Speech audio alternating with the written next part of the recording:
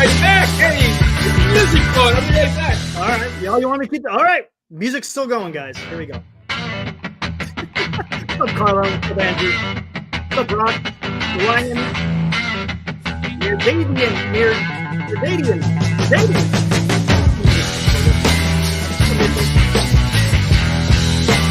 Spider.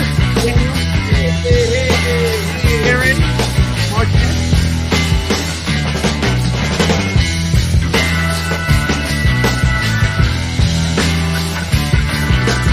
I'm afraid I'm going to hit the end screen button. Yeah, don't hit that. What's up, Spencer? That will be What's up, the Justin? end of the show right there. All right, What's up, more Mark? light. What's up, Red? Welcome, everybody, What's up, to Brandon? more Cal Sports Network. And, yeah, the backwards hat. Dan wearing the backwards hat. Nice. And today, the Giants lose to the worst team in the National League. Almost the worst team in the major league. Worst team Almost. in baseball. There we go, everybody. There we go. Colorado. Did you buy one from Amazon? Get it in overday? I went and picked it up at the local shop today, the local hat store since they want, I didn't want to wear it if it was a sweep. Yeah, it would have been good. Oh, man. Giants take one on the chin big time today, 9-1. Very ugly inning that was of Keaton Wynn. What was that, the fourth or fifth inning? Fourth inning. Oh, my goodness. It was a disaster. I mean, it was hit after hit after it was double. And they weren't double. And they weren't dinkers, man. They were like 100 plus. Yeah. Man. How about this? Before you even get into the game, what the hell was up with the lineup? Oh, gee. Who put that lineup together? Did Farhan put that lineup together? Because come on. You think they're just giving Slater rope? You think they're just giving him rope to basically hang himself with? I don't know. I'm just a little pissed off that Ramos, you call him up and then sit him second day. It's yeah, I know. And you bring him okay. up in the ninth inning, right? Yeah. Oh, did he come up in the ninth? I must have. He pinched hit for Riaz. Okay. Did he strike out or was it? Or no, it wasn't. Or was it the eighth? It might have been the eighth, actually. What did he do? I missed that part. He hit a deep fly ball to right center. To the track or? No, it was about no. Well, I mean, we're talking right center and course. Man, that field was decently hit. That field is so huge, man. The triples. Huge. Talk about Triples Alley in San Francisco, man. That outfield is massive. There's so much holes in the gaps. It's unbelievable. That's got to be a fun place to watch a ball game. I would think that has to get on the bucket list to go watch a game in Colorado in the summertime when it's really balls flying. Because I was impressed watching those Rocky bats. I don't know if I was more impressed with the Rocky hitters in the fourth or the lack that Keaton Wynn looked like he was throwing BP there. Where he's not looked too good. He doesn't. Yeah, if his splitter doesn't drop, if he's not getting that splitter to drop and get it down, I said that splitter. Yeah, it's a meatball. It is batting practice. And blame the flu this time. I heard there was something flu and the umpire. I've heard enough of the complaining about the strike zone. Exactly. Okay? Both teams have the same umpire, man. Yeah, just stop it, please, Dave. You're too good of an announcer to talk about the strike go down that road. Yes. Yeah. Just don't go down that strike zone like, oh man, and right in the beginning, first inning. No, I was like, oh, we're not going to have to hear this again about the strike zone, are we? Yeah, I mean, I love listening to Fleming, especially when he's, when he does ESPN broadcasts and he's not, tied to the team. He's one of the best in the country. He's excellent play-by-play and just really, really solid. And, but, I understand that part of it, it's, you don't have a lot to cheer for with the Giants. And so it leads you to more of, otherwise you just sound, it's drudgery. You kind of have to make a little bit of the excuses up for the team because the team's so bad. look at this. Mitchell Ness says they were clowning him, talking about Fleming on 95.7. Really? What were they saying? Mitchell, just give a synopsis of what they were saying on 95.7. I'd be interested to hear what they had to say. But yeah, Slater out there in center field. Yaz and right. Ahmed, of course, the shorts. I guess he just had a wrist discomfort. Is that what it was or something? It was nothing big, right? Ooh, Ahmed. I haven't seen anything else come from it.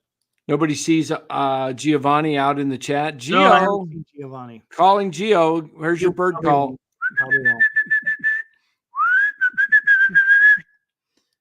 Probably won't. Man, no. Where's Robert Rothberg? I saw him earlier today.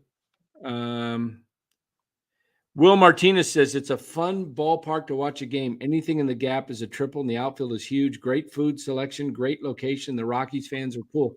Dang. Oh, wait, they have one more trip. That's right, 2 trips.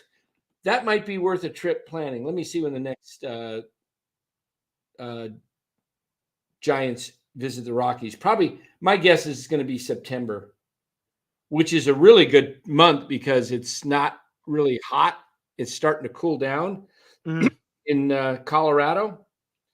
And you get toward October, it gets cold. Let's see. Giants visit Colorado. Oh, July. Right in the middle of the storm. Summer. Yeah. They have some. The ball's going to be flying then. July 19th. Oh, first game after the All-Star break. That might be worth a trip, guys. NorCal Sports Network trip up to Colorado. Uh-oh. I know there's a Cubbies trip coming. Colorado. Get a little flight into Denver. Too bad it's not a weekend. I mean, a weekday. The weekend flights are a little bit more, but yeah. Summer in Colorado, I might just take my wife up there. That might be kind of you got to let me know about June 29th, though. Yeah, I know. I got to let you know on that one, too. I got to get my travel plans set for the summer. Yeah. Haroku says he lost his cool today with the stupid chat in KMBR. Fans for a while. Fans in the morning, afternoon got banned for a while. Oh. What was being said in that chat? Hey, can Giants fans please just wake up? You know, here's one, guys. Here's one. I'll read to you. In the I don't know if let me pull it up. It's a guy by the name of Kip. So Kip got ripped. Kip, here we go. A guy named Kip.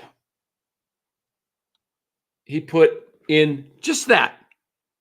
I don't want to show his name there. Let's see. The Giants are simply not that good. Okay, got it. That's all he said. Listen to these comments. Loser comment, somebody says. Why can't people just be happy with finishing in 5th place? This is that's the worst team the Giants have put together in a long time. Okay, that one's yes. What you said about this is correct. When did he become a Giants fan? Let's see. You can't win every game. Wynn had one bad inning. Then somebody else says, what is the point of this post? This is a better roster than last year, and it's not an arguable point. They're about as good as most informed people expected. Most informed people believe that they are underperforming and will get better. Are they good enough to win the National League West? No. Are they good enough to compete for a wild card spot? Yes. And that's the goal, and it's very much within reach. Some guy says they won't sniff the playoffs. You simply can't post anything positive about our Giants, somebody says. Just won a series in a yard that we can't stand and nothing but negativity from you. All he said, see, you guys are homers. All he said was they're not very good. They're not very good. That's it. That's all he said. and everybody comes off negative. I should point some of these people's names out since it is public information, right? We can say it, right? It's out in public. It's on social media. Yeah, it's Eric not Barnes. HIPAA. There's no HIPAA here. Eric Barnes said that. You simply can't post anything positive about our Giants. Some other guy says, don't forget this funny. Del Enos. Don't forget the consistent negativity from me. Oh, that's pretty good. A guy by the name of Carlos de la Fuente. That guy sounds familiar. He says, casual fans enjoy. Real baseball fans, I feel your pain. Some other guy, they won the series. And some guy says, yeah, they won against the worst team in the National League. Let's see. You are simply just a crybaby, Curtis Ducart says. Curtis, he just said the team is Curtis, not good. He said they're not good. Are they good, Curtis?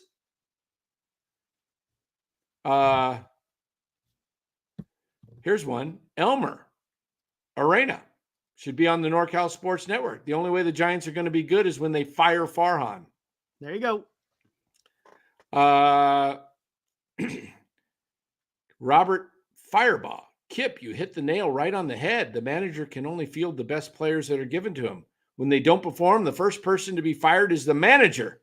The Giants need a new direction. Farhan Zaidi needs to go.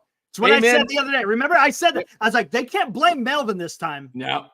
This time it's going to be on Farhan. Yours truly, Dan Cuchmilio says, poor Kip Bauer.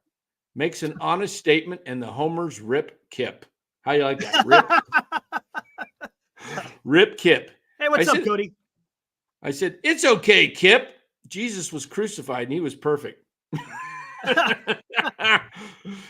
Definition of a homer fan, and I put that in there. A fan who, with blind faith in or allegiance to their home team, call me a homer, but I'd bet on our team against theirs any day, whatever the statistical evidence. So yeah, you say anything of just that's not like our Giants are the best. We love our Giants. We're rooting them on. We support everything about the Giants. You know what? You don't know baseball if that's the type of fan you are because you aren't realistic. You're not watching the game. Just like Cody says, he goes, San Francisco Giants, at least we're not as bad as the Rockies and Marlins. There you go. That's positive. Yeah, there we go. That's positive. Maybe I should add that to the chat, to the deal there. Oh, Robert's in here. Don't be critical. Don't be critical. There's no reason to be this critical. The Giants just won a series and will continue to do so. Robert, they won 2 games against a team that had won prior 8 games and lost 28. You better at least win a series. My goodness. Yes, Riz Master. The Giants are so bad, the A's have a better record than the Giants. Right now they do.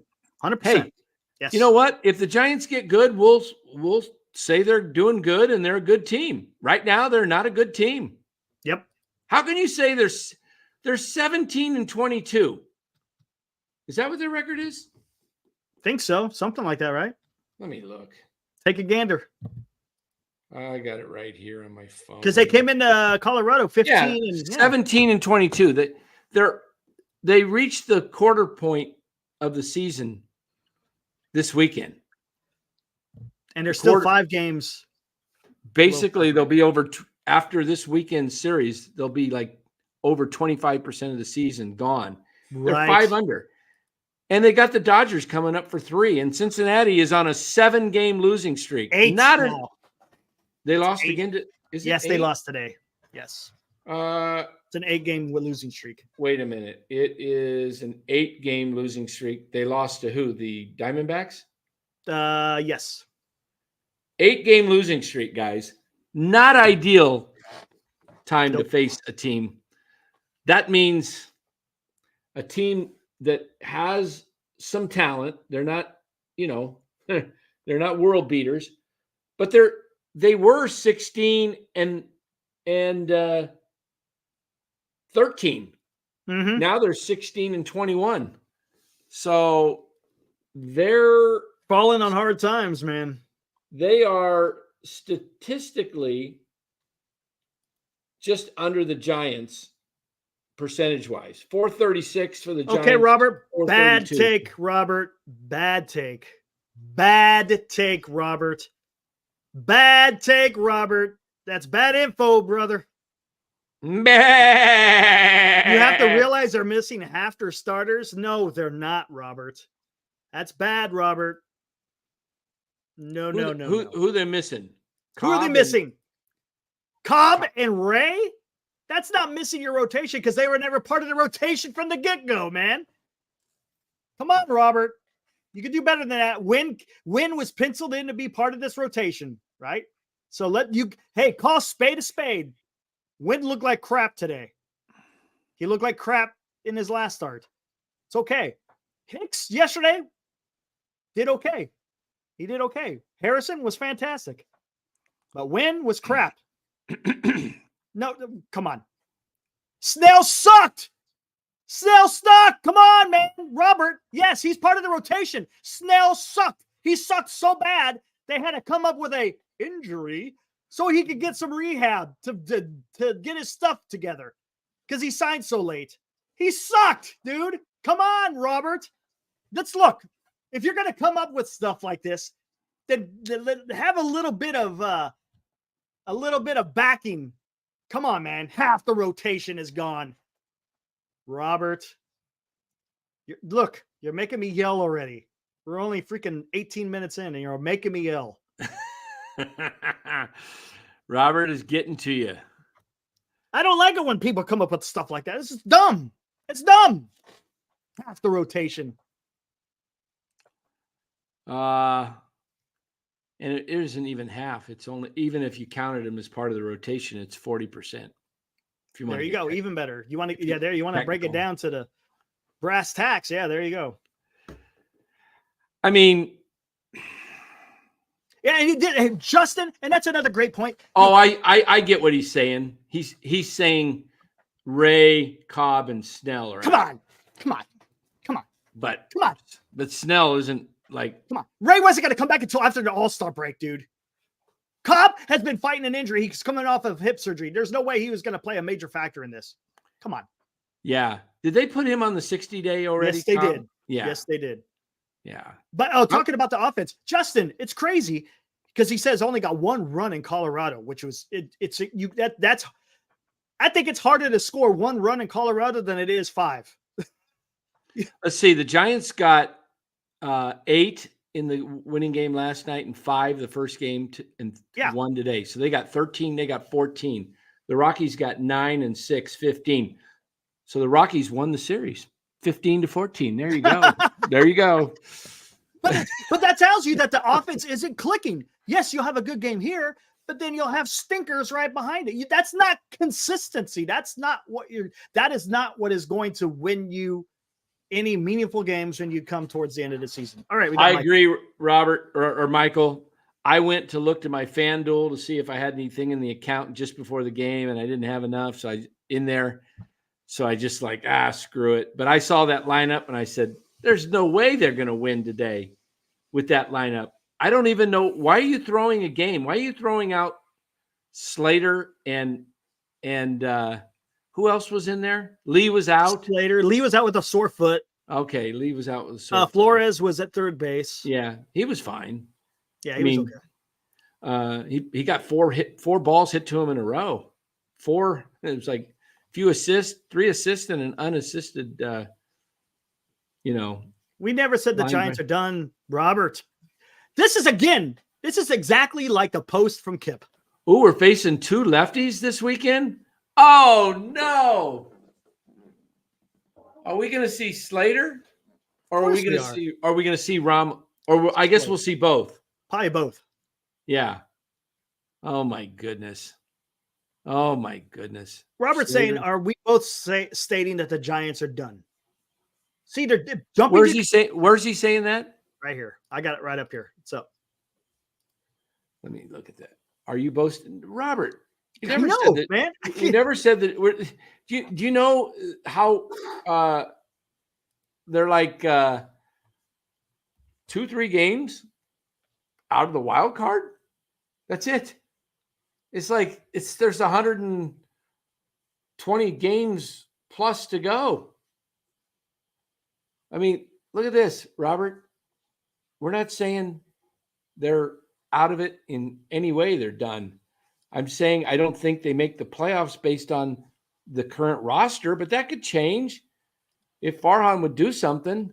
But look at the wild card standings. They're 2.5 out. Mm-hmm. That's like a weekend. Guys, you can make up. I saw the Giants were 4 or 5 out in 1987. They were playing a 4-game series against the Reds when the Reds were in the National League West back then. I don't know if anybody remembers that. The Braves used to be in the West, the Astros, and the who else? Well, the Dodgers and the Padres. Hold on here. I'm going to show you guys something here. What I'm talking about. Okay, here's a question, Dan. What did the Giants do mid-season in 1987? They made a bunch of trades. Why? Let me show you something, guys. Why did they make the trades? Because they had Al Rosen as their GM. There you go. Because they wanted to compete, right? Where were they by chance? I mean, I guess maybe you're bringing it up. Are you bringing up the? I'm not bringing up the trades, but what I am bringing up is to tell you that things can change if you get the right general manager. Oh, here we go. There. Yeah, this is what I was talking about. Yeah. When was the trade deadline back then? Like what? July 31st, right? Probably somewhere around end of July. And they got that was the year they made the trade for Kevin Mitchell and Javecki, and there was Rick Russell in there. There was Steve Bedrosian. There was who else was there in that? They just made so many roster moves. Lefferts. Yeah. Craig Lefferts was in there. It was amazing what they did. But let me just show you. I was camping that weekend in the summer. They were home to Cincinnati for 4. They were down 4 or 5 games to the Reds. They swept the Reds. Take a look at this. It was. See what the record was in July 31st at the trade deadline, just to see. I just wanted to see where they were. They were 53 and 55 when they took off. I can tell you that. I remember that good. Can you guys see this? Yep. So there's July 31st. They were 52. And so Rosen's like, we're a game above 500. So let's make some moves. 53 and 55 on August 5th. They made moves at the end of July. They were basically a 500 club. Look at Correct. that. 49, 48, 48, 48 on the 24th. A week later, they were 52 and 51 on the 31st. Look at this. They're 53 and 55. They just lost to the Astros. Now look what happens. Beat Cincinnati 3-1. Beat Cincinnati 5-2. Beat Cincinnati 3-2, 5-2. And look what they just took off. 58 and 55 now. And look at that. And they're 3 over, 4 over, 62 and 57. 5 over, 4 over, 5 over, 4 over, 5 over, 4 over, 5 over, 6 over, 7 over, 8 over, 7 over, 8 over, 7 over, 8 over, 9 over, 8 over, 9 over, 10 over, 11 over, 10 over, 11, 10, 9, 10, 11, 12, 13, 14, 15, 16 over 500. Look at that. They won 90 games that year, 90 and 72, and they won the National League West, and they were a game away from going to the World Series. That was the year that Jeffrey Leonard what they call it, flaps down. Hackman flaps down, hit like 4 or 5 homers in the National League. That was it. It was the championship series back then. They I think it was just, there was no wild cards back then. It was just the winner went to the World Series of the I think. No, they had playoffs during then. Yeah, against the East, West against the East. It was 12 teams. So it was like a CS right off the rip then. No DS. Yeah, there was no DS. It was just straight to the 7-game series. But But guys, getting back to your question, Robert, are we saying the Giants are done? No. But it's going to take a general manager with the wherewithal to make bold moves. He doesn't. They're not going to. The current team, like you said this, Dan. The current team as constructed, no, isn't going to do it, right? No. I mean, Wade isn't going to be playing at this level all year. So it's not even really feasible for him to be getting on base at a 480 clip. And, he'll come back to earth a little bit, but he's still a good player. I like Lamont Wade, but he's not hitting for any power. He's got 1 home run. Conforto's got 8. Chapman, I don't know what he's got, 4 or 5. Solaire's got like 5. I saw this earlier in the chat. Architect Dot says, anybody who actually watches this team knows it's not a well-built team. Most players aren't even underperforming, but at career levels. Yeah, exactly. So the hope it will get better without changes is silly talk. See, this guy gets it. Yeah. Appreciate that, Architect. No, I mean, Will says no trades or moves are coming. They won't get off Yaz, and they sure as hell won't. Correct, Will. Yep. I mean, Farhan doesn't have the wherewithal to make moves. I saw an article today. Somebody predicted that the Giants would be in line for Jazz Chisholm. Interesting. Maybe he's a NorCal Sports Network listener, getting his ideas from us. NorCal. Yeah. Well, not for me, because you already know where I feel on that. I know you don't care for him, but you know what? He doesn't play much because he's not available, which is tough. But he does. He gets mentioned a lot. Yeah. He does have. I'm going to tighten this up a little bit. He does have the. Hold on here. What did I do with this? He does have. What the heck was I saying? Oh, power. Yeah, he has some power. Yeah, he does have some pop. He hit 19 homers 1 year. That's why I'm saying he's kind of similar to Yaz in that respect, where Yaz got some power, hits 240-ish. Doesn't get on base a lot. Yeah, I know. I just like his someone speed. that's going to be good, man. Yeah, I don't think there is that many people that are good that are available. Yeah. That's the problem. Correct. There's nobody. Michael, another. Pretty simple to me. Win as many as they can. The second half, they will shine, mostly because of the pitching. Possible. Very possible if the pitching's intact. But you got to remember, this is an older team that is prone to injury. And you may not see Cobb effective at all, even if he pitches. Snell may not have a bounce back in him. Historically, he has pitched pretty poorly after he's won Cy Young awards. That is true. There is documented history on that. So, it's not like we're pulling that out of our ass. Go look at Baseball Reference. That's all you got to do. And it shows that it does. Right. Don't get me wrong. He could probably still be a decent pitcher. But we don't know what Robbie Ray is going to do. We don't even know if he pitches this year because look at Walker Buehler. 20 months it took him. Ray is right now at about, when did he have the surgery? Right at the beginning of 23 season, right? So he's right around what? 14 months. 14 months. Yeah, that's not long enough. Like you said, he may not even pitch this year. He may not. Let me see here. Robbie Ray. Let me see when Tommy John. Looking it up here. Go back. It should be in like a Seattle Mariners story or something. They should say. Yeah. Let's see TJ surgery.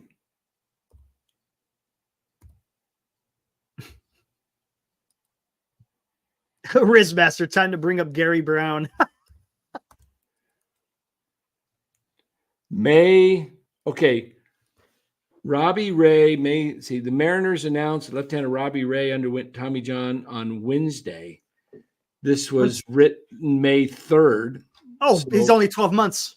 There's no way he's going to be ready. No way. Not from Tommy John. That just doesn't happen. It's about 12 to 13 months most guys can make it back. But you're not going to be that worth a damn. Because usually it's usually a year and a half when you get back to your quote unquote full potential. Yeah, Robbie Ray in 2023, May 3rd. So he had it on May. Wait, hold on here. What's going on? All right, there we go. 23. They said he had it on Wednesday. Oh, that was Wednesday last year. So he had it a year ago. Yeah, basically a year ago. He's not going to be ready. He's not going to be ready. I mean, the earliest you would think he's going to be ready is at the 14, 15 month mark, which is, we're in May, June, July. Yeah, probably late July. 15 months. There's a question between being ready and being effective, right? I mean, come on. How many guys have you seen come off Tommy John after quote unquote a year to 14 months have come back and been back and have come back as their old selves? You don't see it. It's usually they say the year and a half, the year later. So 25, he should be pretty well. And that's what I've said all along. I said, don't hang your hat on 2024. 2025, he could be dealing. Yeah, Lowe says Robbie Ray is 74-71 career with just about a 4 ERA. Nothing special. Same resume as Snell. Up and down career. Not dominant at all. That's what Farhan likes. He's got, and again, he's kind of like Snell. He's got great stuff, but he has an issue with. I don't understand. I mean, I understand going after pitching, but Harper's a position player. They're not a pitcher. It's different, Michael. Totally different. Playing first base and being a DH, you can do that. Look at Shohei Ohtani. Yeah. But he's not playing a position. They're not throwing. Sure, you could swing a bat, but you're not going to be able to throw with that velocity. Position players coming off Tommy John is a totally different timeline than pitchers. Totally different. Yeah. And I don't see Robbie Ray making a major contribution. It's highly likely that it's a little too late when Ray comes back anyway. There's a possibility. I mean, they're probably, because I said it, they're poor National League. No one seems to be running away with anything, or probably will run away with anything. They're all going to beat each other up. They're probably not going to be that far off the wild card, even as a 500 club. And that's brutal. That's brutal. Baseball has watered down this sport so badly. I mean, come on. We're going to watch teams that are struggling to be 500 fight for a playoff spot. That's how, tell you what, Giants, if they were smart, they would do something like in the month of May and June, because come July, when it gets to late July, it's going to be football talk with the 49ers, and football, summer camp will be getting going. And then all the eyes will be on the Niners. Yes. And no one's going to care about the Giants. What's up, Matt? Okay. Robert says, just stay close and have that winning streak. Here, do you see how pathetic it's gotten when you say that, Robert? Let's break this down. And have that winning streak. We're almost 40 games in. Has there been a winning streak yet, Robert? We're almost. You got two. Right. What is your definition of a winning streak, Robert? Because we're almost a quarter of a way through the season. Where is that? Shouldn't have there been a winning streak at least by now? And when I mean by a winning streak, I'm talking 5+ games, right? That sounds like a winning streak. Have they accomplished that? That should have been at least done once by now, at least. So let's to sit there and say and have that winning streak, that just tells you the state of where the Giants are right now, Robert. You can't. Now, don't get me wrong. Are winning streaks everything? No, it's all up. You want to win series, and I get it. But they're showing no consistency. That is the issue, and that's something I've been harping on, ever since the season started. There's just no consistency. Well, we'll see where it goes, though. You're catching the Reds at the right time. They're kind of floundering. Hopefully they don't find it in Oracle Park, because that would be bad. I think that would be bad. That would be bad if you lose the series to the Reds at home after coming off of this road trip. That is not going to be good. Cincinnati is flailing, and it could continue, but lethal. Vince, maybe on tomorrow. Maybe on tomorrow. We'll see how his schedule looks, but that's what we're looking at. I would have liked to have him on today, but you got SmackDown going on tonight, so he's got other plans for that. So it's all good. Hey, I said they were going to go 6-4 too, Adam. I really thought they were. I thought they were going to go 6-4. Dan said 4-6. It wound up being 3-7. I was pissed off because I wanted to go 3-7, but I just thought I thought, gosh, they can't. Well, I should have known. I should have known Philly was going to clean their clocks. You know, Andrew, you got a point there. The Reds will be running like the Dickens. They will be running and running. So that may play a factor in the series, is just the speed of the Reds, because you got Sable behind the plate, who isn't very good at throwing out runners. Same thing with, I don't know, how's Jackson Reitz at throwing out runners? I don't know. Hey, Cody, are you out there? How's Jackson Reitz at throwing out runners, potential base stealers? Bailey is due back Saturday. Is he Saturday? Yeah. If he's trending in the right direction, right? They said he is. They said he should be coming off. Should be playing Saturday. Well, then that may help. That may help. So, watching the John. Yeah, if you think about it, that's what the Giants went 300 on this road trip.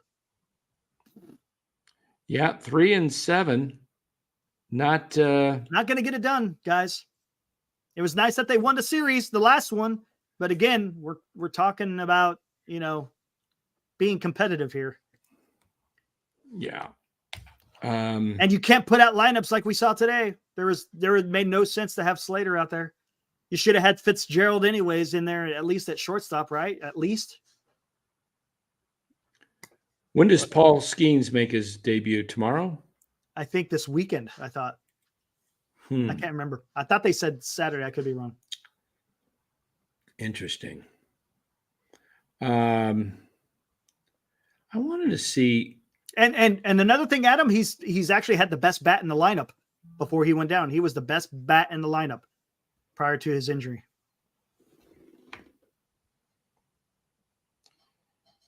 Dela Cruz may get 90 steals today or this year. That's true, Andrew. That's a possibility.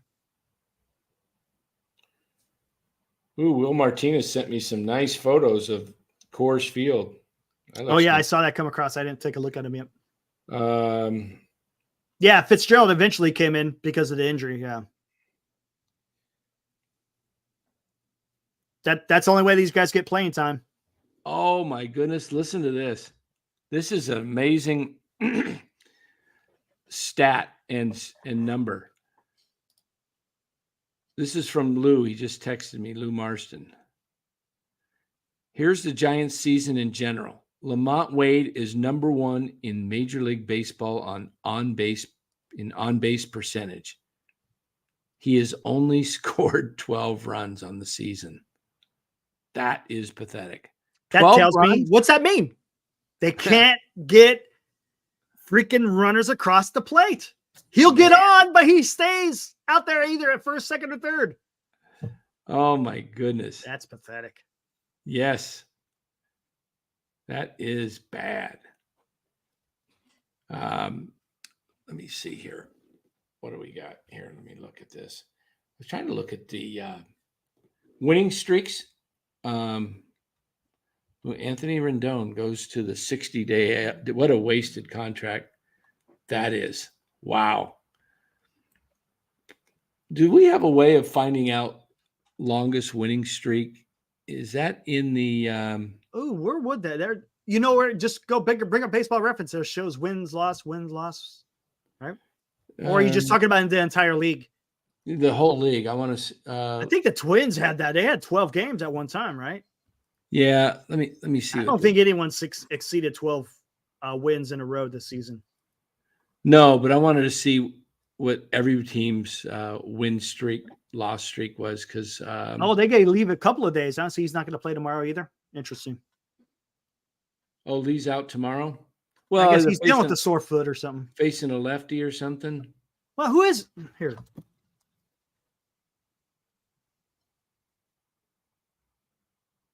Let's see what we got here. Probable starters.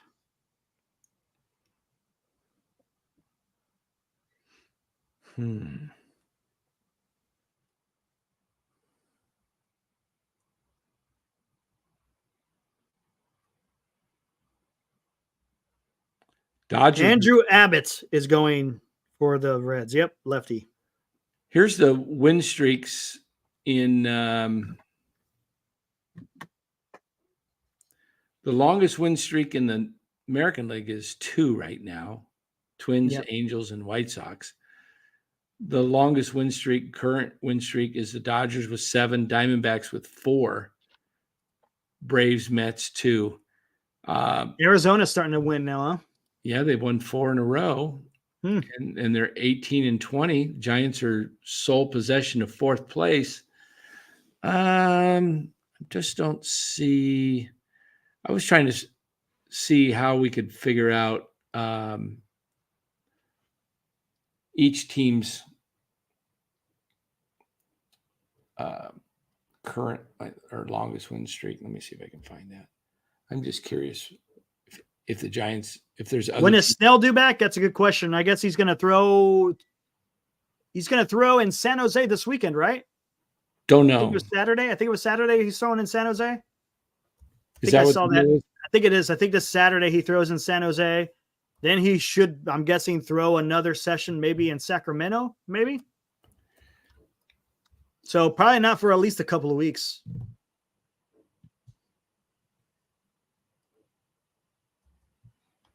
Okay,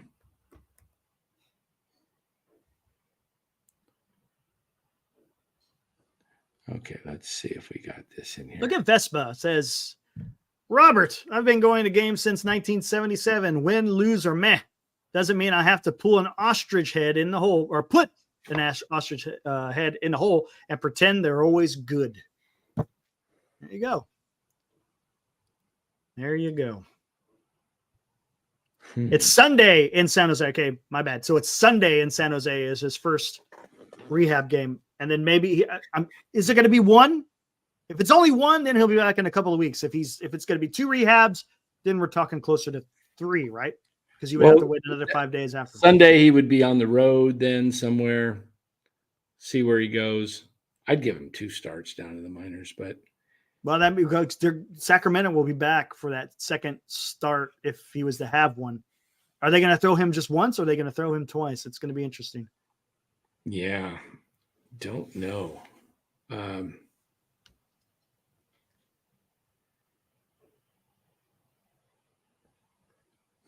Moves like Abdul Jabbar. I'm listening to Kerry Crowley on KMBR, and he doesn't know shit. Nah, I don't know about that. Kerry Crowley's pretty good. He's pretty good. I don't know what you're talking about there, Abdul.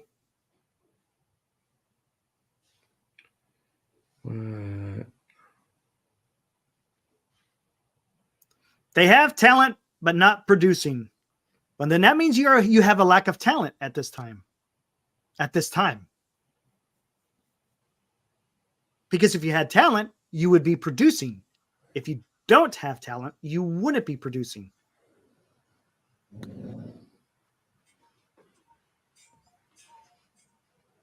If Snell comes back, does that mean Black or even possibly Wynn go back down to AAA? Yeah, Black will go back down to AAA. That's my guess. Yeah, exactly, Michael. Kerry's one of the best. Kerry's good.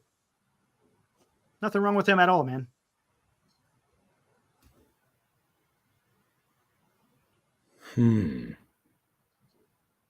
Pinch was wondering if Wynn was tipping his pitches. Come on. If he was tipping his pitches, wouldn't have the Rockies nailed him from the very beginning, not wait till the 4th inning? He might have started tipping him later or something. They figured something out. It looked like it's pretty crazy. Might have taken them a while to figure out the code. Jace Graham says Luciano up after Ahmed injury. Probably not. Probably not. Bring up either Schmidt or might be Schmidt, maybe even Wisely. To be honest with you, Wisely's been tearing it up.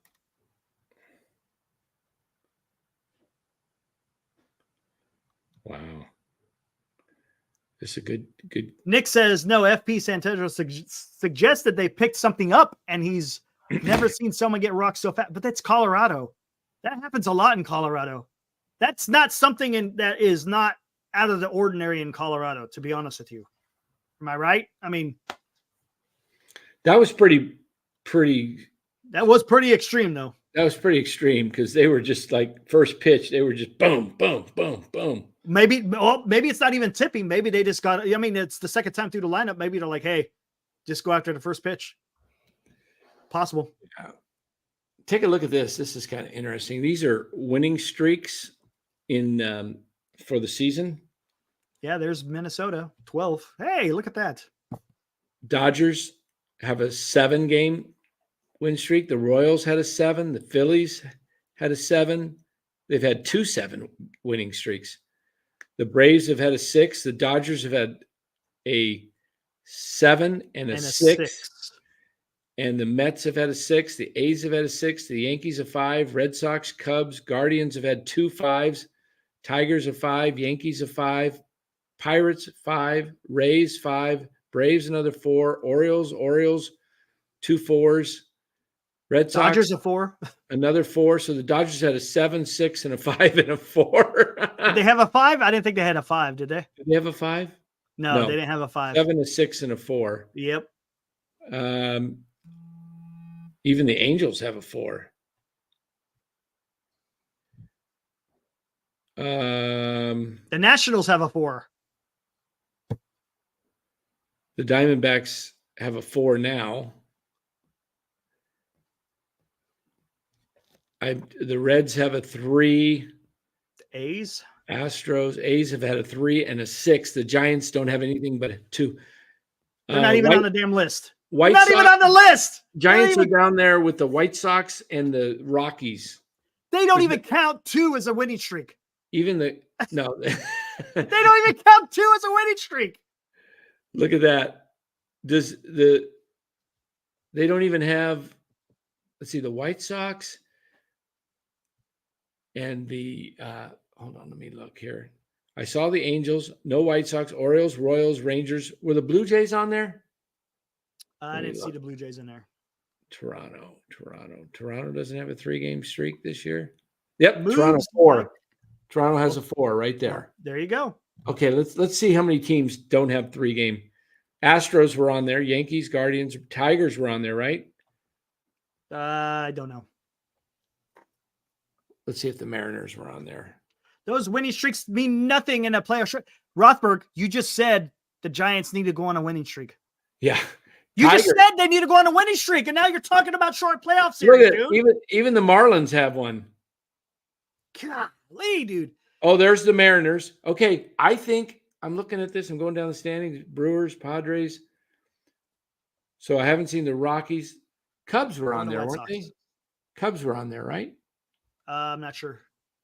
Yep. There they are. Right there, 3. So everybody in baseball, but everybody in baseball, but let's take a look. Expanded. Everybody in baseball has had a 3-game winning streak, except the Chicago White Sox. Let's see, expanded. Let's see, overall. There we go. Overall. Look at that. Dodgers. What the heck is this? What are we looking at? I don't know. You still got that same thing up there, so I don't know what you're doing. Oh, I'm looking. Sorry. Moves like Abdul-Jabbar says, Kerry Carlisle is also saying that nobody in AAA has proven to be MLB quality despite us winning last year while starting Schmidt and Meckler. Well, Meckler hasn't even played 1 game in minor leagues this year. Not 1 game. He's been on the IL since March 29th. So, Meckler is not ready to come up at all to help the big club. Not at all. Schmidt has the ability to probably help the club right now. But Meckler, nowhere to be found right now. Wow. And I'm guessing Kerry Crowley is talking about currently, right now. He's not talking about 2023. There's only 7 teams worse than the Giants right now in baseball. And it could be, and it could switch depending what happens with Cincinnati, right? Yeah. Wow. Pretty wild.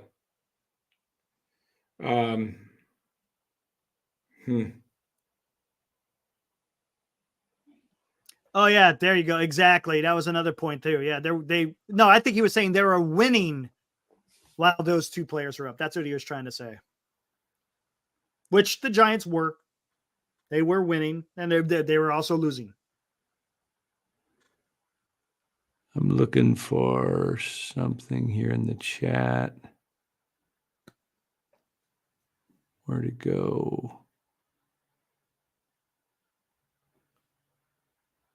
Come on.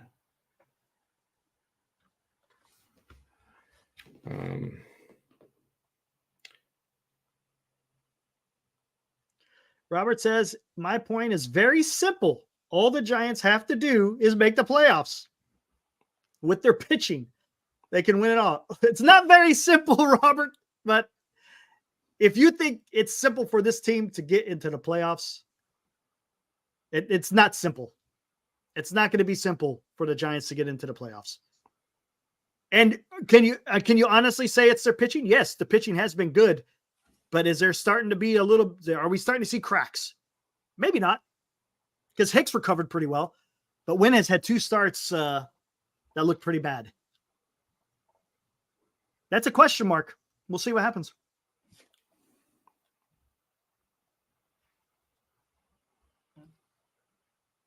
Now I'll do. Jawar says, no, Crowley sounds like he really knows his stuff.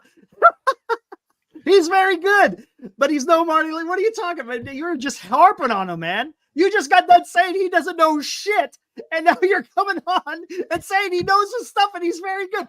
Come on, man, dude. Who's this? Moves like I'll do, Jawar. All right, whatever. Moves like. All right, let's change it up here. Who's the best? Who's the best San Francisco Giants team not to win a World Series? 62, 87, 93, 02, or 21? 1962. That would be my first. I mean, I had Mays, McCovey, Cepeda, exactly, yeah, Marichal, 4 Hall of Famers. That shouldn't even lose. Gaylord Perry. Perry. How many Hall of Famers? 5. Quite a bit. Mays, Cepeda, McCovey, Gaylord, and Marichal. That's 5. Marichal. There you go. 5 Hall of Famers. 1962. 62, hands down. When you're talking about the best SF Giants team, 1962. Next is going to be 93. That 93 team was stacked. It had Matt Williams, Will Clark, and Barry Bonds. Got a point there. Yeah, 93. And the 02 team was dang good too. I put the 21 team as the worst of all, even though they won 107 games. What do you guys say? I know there's. Come on, the 20. When people say 2021 team, come on, man. You're showing your colors. You're showing your colors, man. Yeah, Los said he left out 89 team. 89 team was pretty doggone good. Oh, Los, how can you leave out the 89 team? Come on, man. Mitchell, Clark. 2021, the best. Who's 20? Come on. The 21 team was just smoke and mirrors. Yeah, exactly. That was not You're gonna put 21 over 1962? Come on, man. Oh, come on, man. 21. Exactly, Los. Exactly. 21. That's 21 to me is the worst team of those teams. Out of all of them, yeah. Out of all of them. It just, everything clicked and went right. Right.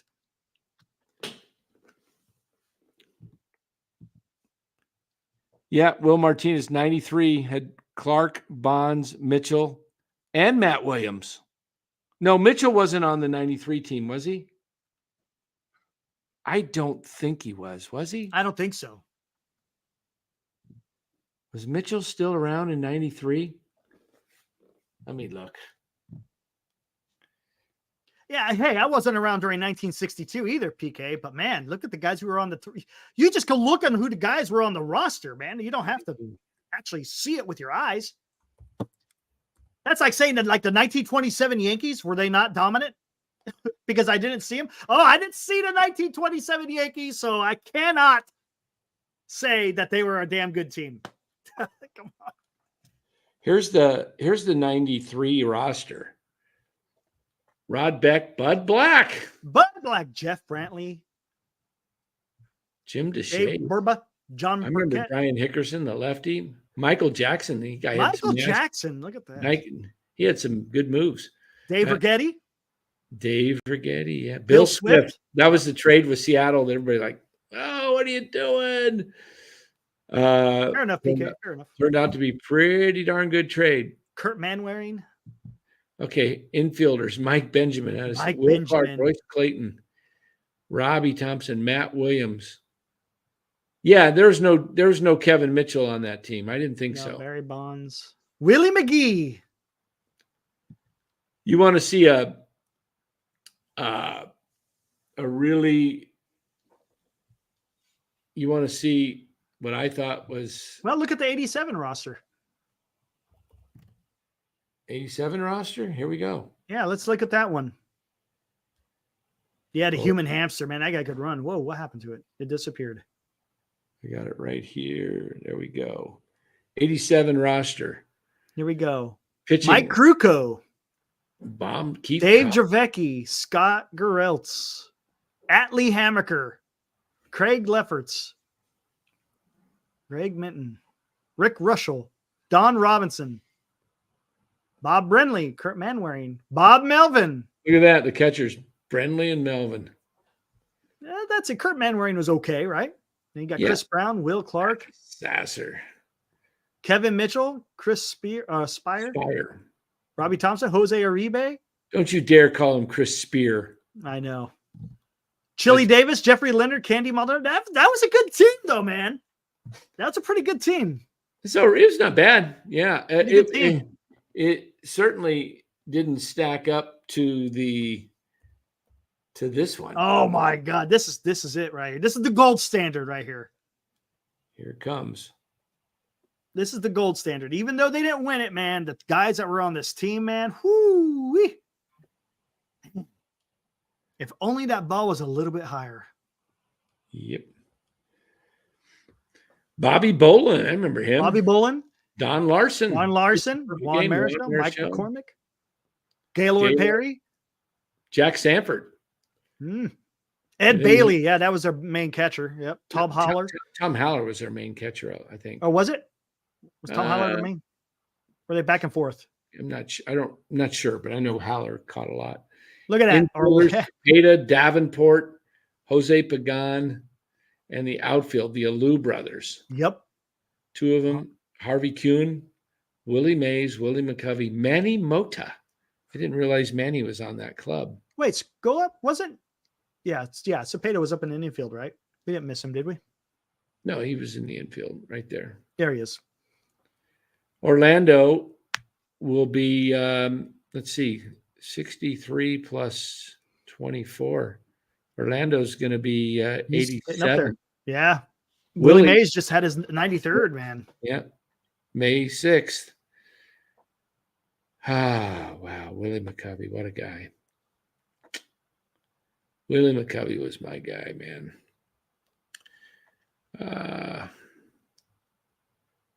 Look at these date of births, man. Goodness gracious. It's right in there with my mom. My dad was, look at Willie Mays, born in 1931. That was the year my dad was 30. I think there's a guy up there, up further up was 1928. No, there's a 1927. There, right down. Go scroll down. Here's a 1912. No, I'm sorry, 35. I'm sorry, I'm looking at the wrong. 27. 1927. Bob Neiman. Bob Neiman. Anybody before 29? 20? There's 29. 20, another 27. A lot of 27s, actually. 42. Wow. My dad was born in 1931. There you go. The year of Willie Mays. Let me see who I can match my mom up with. Jose Pagan, 1955. Hey, that's Buster's birthday. Jose Pagan.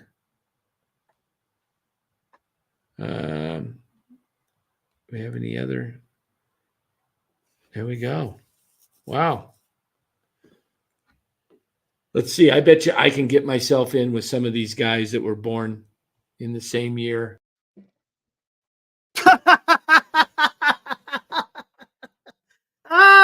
Oh, Dan does it again. Oh my gosh, man. And then there was one. He'll be back here shortly. He probably doesn't even realize he did it. He's talking away, not realize that he's not even in the studio. Just talking away. I just said that. Jeez. I was just saying that before you came on. I go, he's just sitting there talking away, not realizing he's not even in the studio. There we go, man. How did that happen? I don't know what the heck happened. We did the 87 team, right? Yeah, we already did the 87 team. Oh, man. All right. Check this out. Scott Gereltz. I'm the same age as Scotty Gereltz. Are you? He turned 63 in October. See if anybody else turns 60 in 61. You got to look for a 61, right? Come on. 60. 530. Jim Steels. There you go. Jim Steels. Jim Steels what? Donnell Nixon, born on December 31st. Wow. So yeah, these guys were basically playing when I was 25-ish, 27. Well, I guess in 1989 I would have been 28. So yeah. Interesting. Heroku says Dan showed Carl Hubble how to throw a screwball. Heroku likes to say those things. He does. He's pretty consistent with yeah.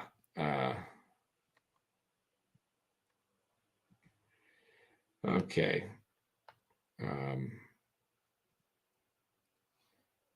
Hold on here.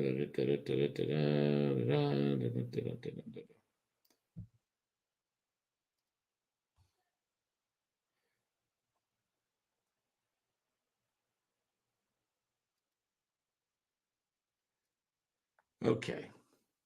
Bob Nepper. Bob's that old. Wow. Bob Nepper. I didn't realize that Bob is 70 coming up this year. Bob Nepper. I really like Bob Nepper. Dang, he's that much older than me. Bob Nepper. There he is. Oh, he's in an Astros uniform. He came up a giant. I went to one game.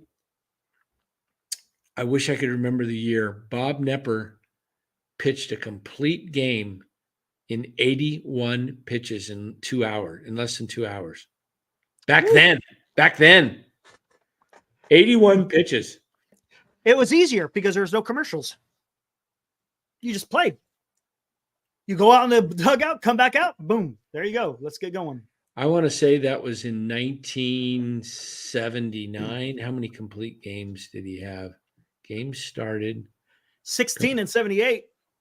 Might have been 78. 6. Gosh. He had 6 in 79. Wow. And we bring in the man, Well, wait, before we bring him in, I gotta introduce him properly. Hold on here. We got to bring him in here. Where is he? Hold on. Here we go. Wearing his ball cap. Oh, look at that. Look at that. Arizona Diamondbacks Mexican heritage hat. You going to get one of those hats, Los? That's a nice looking hat, man. Mexico. Look at that. Huh? I got me a Rockies hat. Whoa, something's messed up. You hear the audio? It's scratchy. Yeah. Oh. Oh. Oh. It might be better now. Will, now? You are correct, Will. I was at that ball game when Babe went. Whoop, and there he went. Oh, you saw it. You're at Wrigley Field, huh? I was there. I was there. Oh wow, what time is it? 9:23. Okay. Walk of Grand Slam to advance is a set series. Eric and Dan in Los Juco baseball. Oh, for his college. Yeah. Oh, walk off Grand Slam to advance. Nice. Wow, walk off Grand Slam.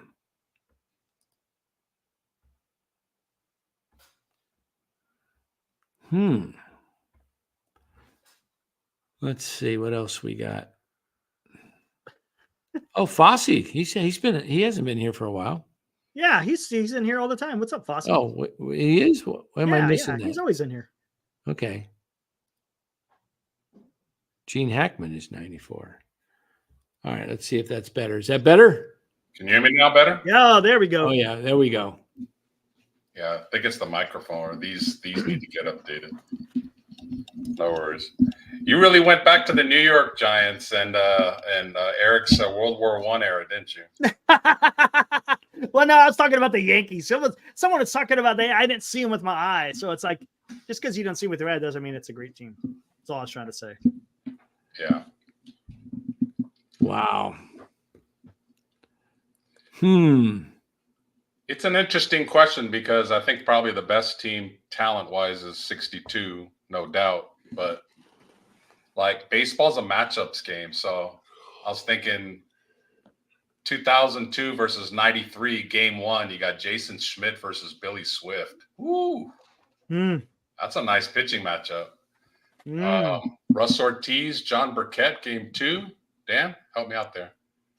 We're talking what? 93, 87? 93 versus 2002. Oh. Jason Schmidt was dominant.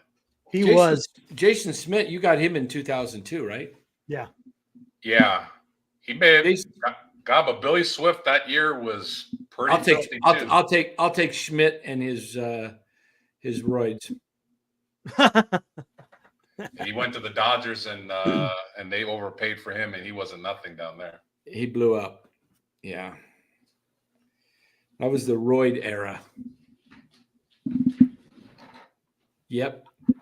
I heard did I send you guys that thing today about Maddox, Glavine, Pedro Martinez, and did I send you guys that thing facing Tony Gwynn? Remarkable statistic. Maddox, Glavine, Smoltz, and Pedro Martinez had over 12,000 strikeouts. Don't answer this, Eric. Had over 12,000 strikeouts in their career, and they faced Tony Gwynn. I can't remember how many times, the four of them combined. How many times do you think Tony struck out?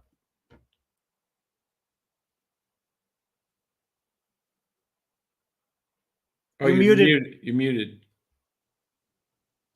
You want me to answer that? There you go. Yeah, answer that. How many? Well, I saw the video, so I know the answer. Oh, you did see it. Okay, I didn't know if you saw it. Yeah, I saw it. Let the chat guess. Guess. Spencer says 4. PK says 34. Morcatna says 6. Harris says 10.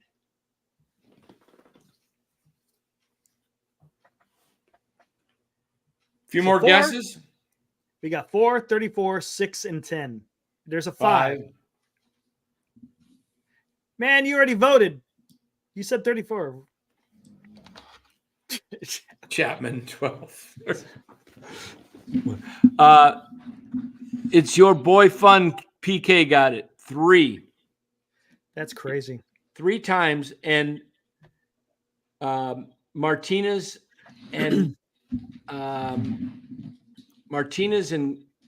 Glavin, or Martinez and Maddox didn't strike him out once. I think it was Glavin and Smoltz, maybe. Wow. That dude was special, but I had about 2 minutes to enjoy it before Eric came in with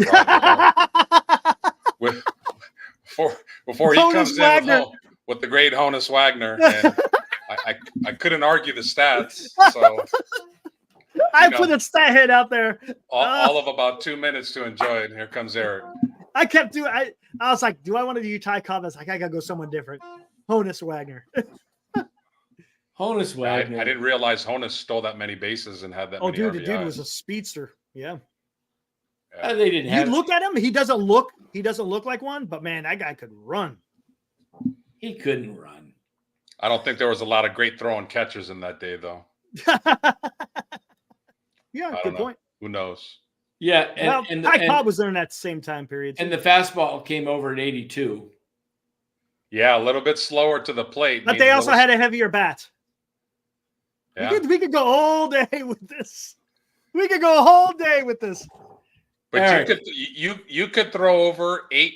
God, what was the most amount of times? Dan, you've been to a lot of games. What was the most amount of times you saw a pitcher throw over to first base? Oh, 15. 8, 10 more? 15.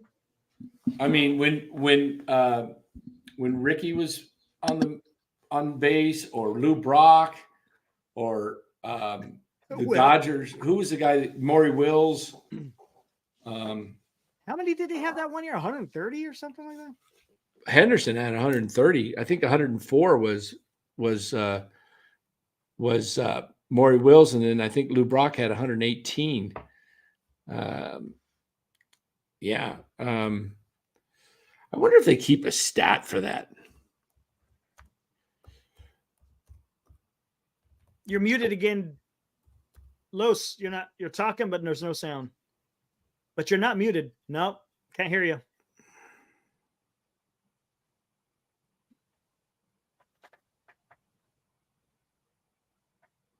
Yeah, Glenn, you got a nice collection, no doubt about it.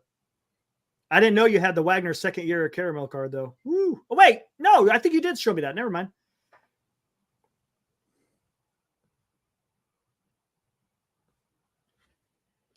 Hold on here.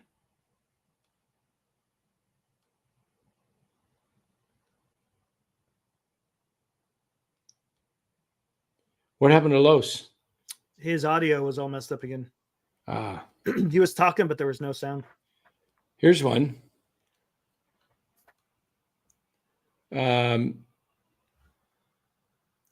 Somebody threw over 17 times to try and pick off Vince Coleman. Whew. Chris Wells. To be honest with you, that doesn't surprise me. One at bat in the first inning, and he finally went to the plate. Coleman stole second. Imagine wearing him out 17 times. Today, these guys, they don't even try and steal second after they've had their 2 pickoff attempts. 17 times. And you know how many times I bet he had to dive back in? Wow. 17 times. Michael wants to know when we're going to have Kerry come back. Yeah, we probably should. He's a good guest. I liked him. Who, Kerry Crowley? Yeah. Yeah.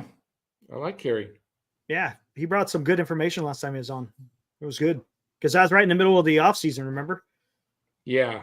We were talking about where are they going to pivot, after Ohtani and Yamamoto.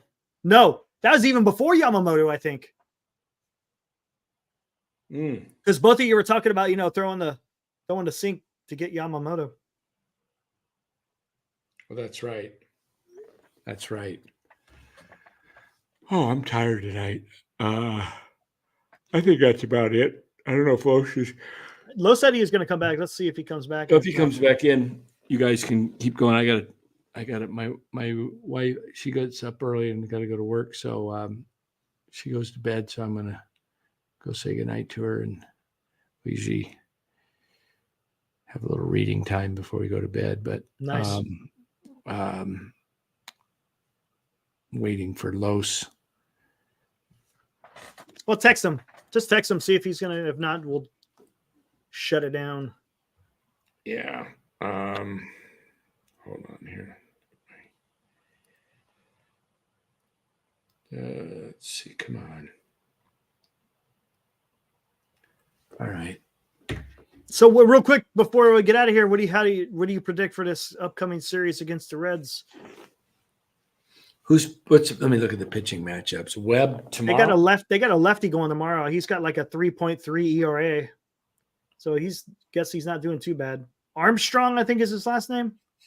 Have a good one, Michael. There he is. You got all right, there we go. So let me look at the pitching matchups. I think we got you now. Better? Can you hear me? Yeah, there you go. All right, tomorrow is Webb and Abbott. He's got a pretty decent ERA. Yeah, that's what I was saying. Yeah. Saturday is Black against Ladello. Who's that? Another lefty, Nick Ladello. How's his ERA? 2.79. Woo! 3-1. Seems pretty good. Is he also a lefty? Yep. And then Sunday, you've got Harrison and Frankie Montas. Interesting. Haruko, if I ever meet you, man, come to Chicago, man. Giants should win 2 of 3. I would think the Giants would win 2 of 3 at home with Webb and Harrison being in there. Yeah. Cincinnati's kind of due though. They're playing. That's right. They've lost 8 in a row. That's not a great time to. Yeah. Sometimes you don't want to play a team too hot or too cold. Right. They're kind of due. One thing they do though is they'll take a bag. They run often. Yeah. If they can get on base on Webb, then I don't think run like crazy. I would say I don't think anybody sweeps. Giants would have the advantage being at home and having Webb and Harrison going, but it wouldn't shock me to see the Reds win 2 or 3 just because they're kind of due. And here's another thing. I don't know how the weather's going to be in the Bay Area, but it's going to be in the 90s this weekend. So ball may be flying. We'll see. Really? 90s? In the 90s in the Valley, yeah. Oh, maybe you get in the 70s, high 70s. Maybe. Nice.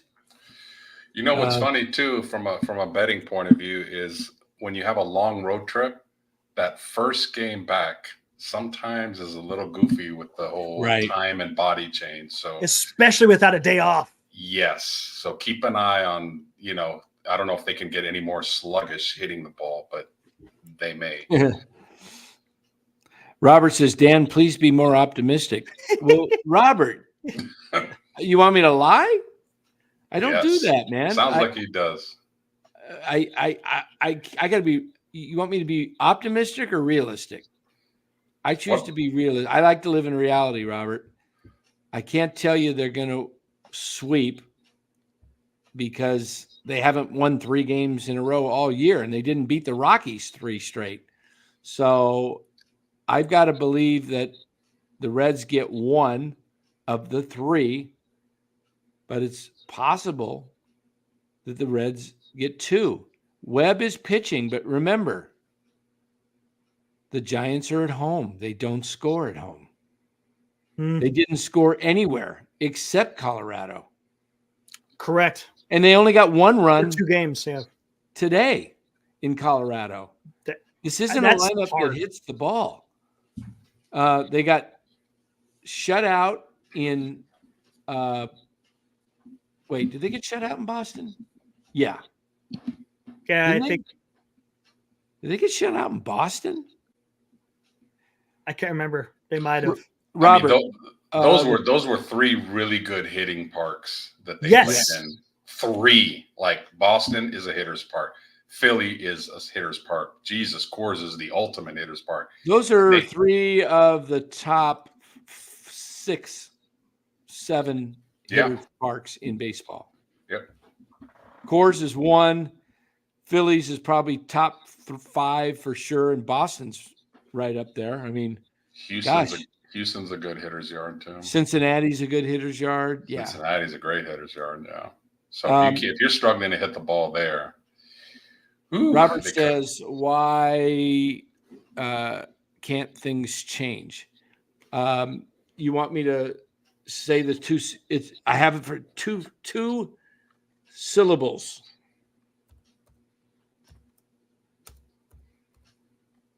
Two syllables. There you go. That is why things won't change. Okay. Farhan. Robert, you're in here. You're in here every night. You know what we say. If they stay as they've been doing, this is what they're going to be. If they make a commitment, I'll be back in 5-10 minutes. Yeah.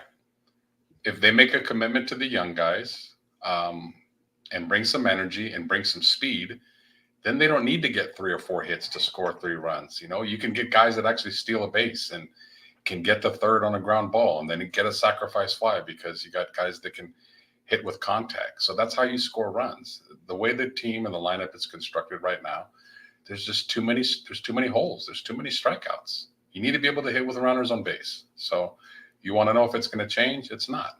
Yes, they'll have games once in a while where they hit the ball out of the ballpark, but all in all, just look at the at-bats. You're watching the games. You have your own eyes. You're seeing it. Like, they do not hit second and third, 1 out. Very rarely do they get that base hit to score 2 runs. Very rarely. That's all they need. They don't need home runs. They just need base hits. And other than a few guys in their lineup, they don't have a lot of batting average or contact guys. They don't. That's just how it is. That's the way they constructed the roster. Yeah, looks like we're going to try to get Vince on tomorrow, PK. So I tried to get him on tonight, but he's got SmackDown to do tonight, so can't blame him for that. Yeah, exactly. Should we take a trip down memory lane again? Or should we go with wrestling until Dan gets back? Yeah, please. Where do we want to go with this? Let's do that. Where do we want to go? What is the one wrestling matchup that never happened that you would have liked to remember? Hogan versus Austin. Ooh, that's one, maybe. Ooh, I would have liked to have seen the Undertaker and Sting go at it. The Undertaker and Sting. Two icons that started in WCW. Look at Crypto Chair said it right before you. Oh yeah, nice. Sting versus Taker. Yeah. Oh man, that's actually pretty damn good. I'm trying to think. Shawn Michaels versus The Rock. That's a good one. I don't think they ever wrestled. Did they ever wrestle? Who did someone bring that up, or is that you? Yeah, it's your boy. Oh, okay. Oh, Shawn Michaels versus. Ooh. Val Venus versus Goldust. Andre versus the Big Show. Wow, that could have. I don't think. Yeah, Andre was dead way before Big Show was even on the scene, so that couldn't have even. Man, Lesnar. I was not a Lesnar fan. I didn't care for Lesnar. I love good. What's some of your favorite entrance music? Oh yeah, we've talked about that. Mine has got to be Stone Cold's with the break. When the glass breaks. And there's something about it. I don't know what it is. It just hits. It gets you ready, right? A lot of these guys, whether it's singles or tag team wrestlers, they picked a lot of rock and a lot of heavy metal. Yeah. Triple H's wasn't too bad with Motorhead. What's about the game? An underrated one is Edge's music. Edge's music had some good music. You think you know me? Yeah. What was the other? Goldberg actually had a decent one. where it did kind of like that marching music. Yeah. That was kind of like an epic. And it started off with that drum, the and then it's kicked in with the music. It was awesome, man. I love that one. That was a good one. Of course, the Taker with the bell when it goes off. That's the most iconic one in my opinion. Yeah. I mean, I've been to many live events. Iconic though, Ric Flair with the graduation music. Isn't that what it was? Wasn't it? No, Savage was the graduation music. That's what it was. Randy Savage. That's classic. What it was. That's classic. Yeah. Did you see the video of Ric Flair being drunk at a pizza parlor? And wasn't that old? I think that was old, wasn't it? Was it? Was it an old one? Happened before. I think that's happened before. Damn, man. Hillbilly Jim. That's funny how you bring that up, PK. He's one of the guys that you don't hear too much, but I loved Hillbilly Jim when I was a kid. Not for entrance, not for. No. As a wrestler. Music. No. As a wrestler. Oh, that was a big dude, man. He was a big dude, man. Yeah. And he was wrestling in coveralls, man. I mean, can't be easy. Come to think about it, Andre the Giant did not have. He didn't have no music, I don't think. He did not have. No, that's weird. He did not. He just came out, man. He just came to the ring, stepped over the ropes, and beat the crap out of most people. If you watch a documentary on Andre, like when he was younger, man, for a dude that was at the time, he was about 420 pounds, 7'3", 7'4". He moved good, huh? Man, he could move and he could wrestle. It's when he pushed over 5 bills that he was very limited in what he could do. But he could wrestle when he was in his mid to late 20s. Yeah, his documentaries are awesome. The amount of alcohol, the ultimate designated driver. Yeah. Like it took like 8 bottles of wine to get him buzzed. Yeah, 8. Crazy. 8. Yeah. The Young Rock. I didn't care for the Young Rock. I don't know. I just didn't care for it. When he got the further along, he got better as time went. That's for sure. He had a screwed up hairstyle, man, when he was young. Yeah, it was a kind of funky. Stone Cold made fun of him when they first met. It's classic. Oh, hey, Eric, have you ever seen Moji brings up a good documentary called Dark Side of the Ring? No, I heard that's supposed to be interesting. It is. It's excellent. Yeah, go to YouTube and just type it in, and they have maybe 10 episodes.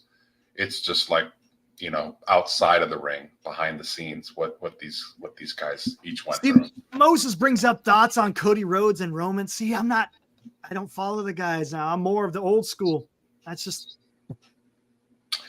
who I am. I watched WrestleMania, and the first day on Saturday, there was something about it. It just didn't seem right to me from what I'm used to watching from in the past. I mean, granted, I'm very outdated because I'm thinking about, Will Martinez. That's kind of how I feel. I don't watch it too much either. It's just not the same. But from little what I've seen and read, Cody Rhodes is a natural heel. He should probably be a bad guy. He has that look. Yeah, he has that look about him. Yeah, it's funny how some guys, like when Hogan turned, one of the probably biggest events in wrestling. When he turned, wow, that was big. Moses, okay, I get the business. I'm talking about character development, microphone skills, and to be honest with you, even in the ring skills, it just looks different than it did in the past. That's just me. The business may be fantastic, but the product, again, for me, doesn't seem as good as it was in the past. God, the business is really that good, huh? See, I don't know. Honestly, I don't. I mean, merchandise-wise, yeah, I know. I believe him.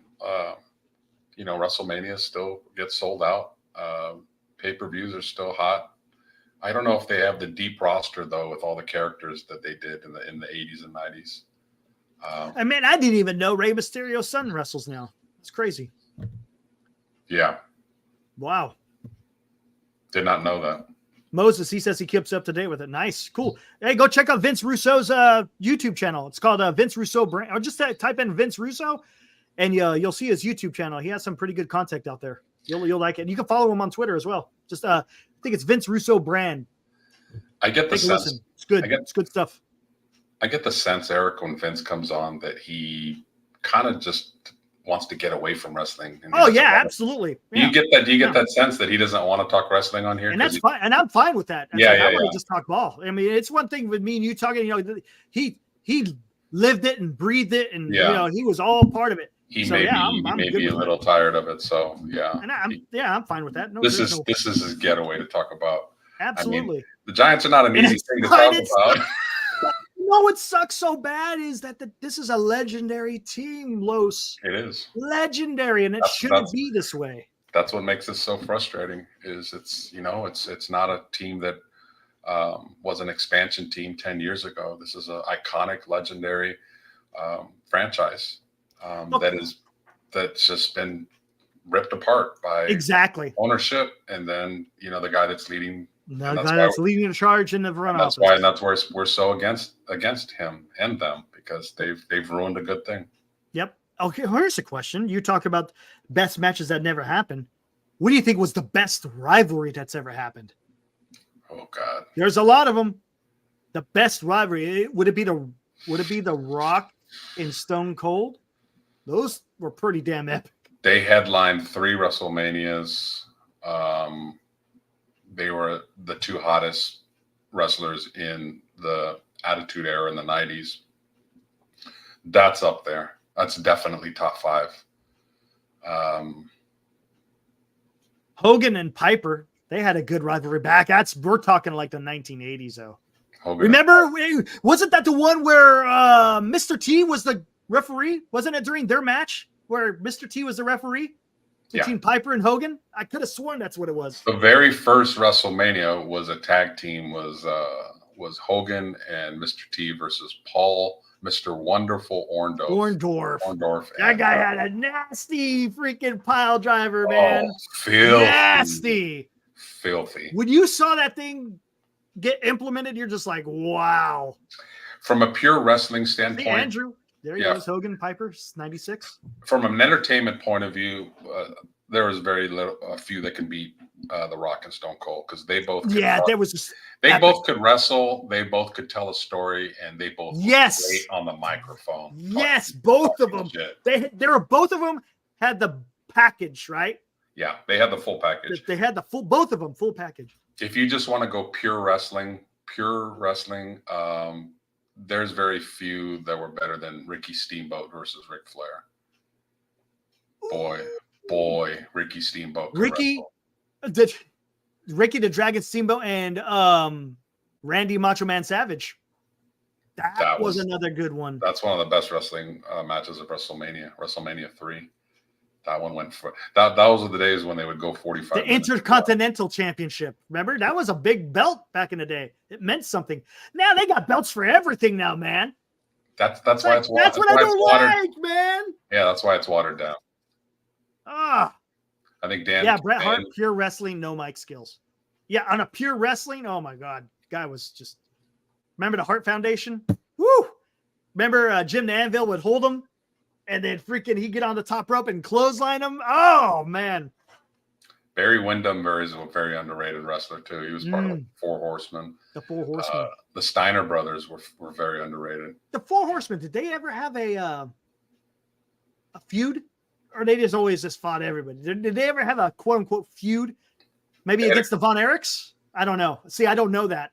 They had a good feud with Road Warriors for a long time. Road Warriors? And the Rock and Roll Express. Okay. Yeah. WCW was a different animal. It was more wrestling. WWE was more entertainment and things like that. Yeah. All right, he's back. No more wrestling talk. All right. Yeah, he's wearing. Hey, Dan, I was going to get into this. I didn't ask Los this. I'm asking you guys, since 2 lefties are going tomorrow, or the next 2 games. What's the lineup going to be tomorrow? Slater leading off. Muted, Dan. You ready? Yeah, let's hear it. Yeah. The Dungeon of Doom. Slater leading off. Slater's going to be where? Center field if Lee's out tomorrow. Okay. Batting second will be. Jeez. Who do they got for second? Will they bat Flores second? No. Who are they going to bat second? Flores is down to 206, by the way. Yeah. Estrada's been batting second. Oh, Estrada. That's right. Yep. Estrada batting second. Third, I will say Flores at first. Fourth, maybe Conforto. No, they'll probably put Chapman in the 4-hole. Hey, Buster, stop it. Yep. I could hear him ripping up the carpet. Hey, come on, buddy. What are you doing? I hear that. Trying to, what are you doing, pal? Fourth, probably they'll probably put Chapman in the 4-hole. Conforto 5.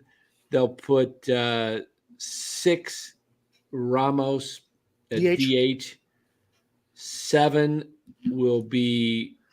I think they might play Sable instead of with Webb instead of Reitz. Yeah, Sable's hitting. Can't. 7. No, that was 7, wasn't it? Yeah, 7 DH. I mean catcher. 8. We got Ahmed 9 if he's playing. If not, it'll be Fitzgerald. It's probably gonna And who am I leaving out? Oh, Yaz. Or maybe Fitzgerald goes out in the outfield. Or maybe and Ahmed stays at short if he's healthy.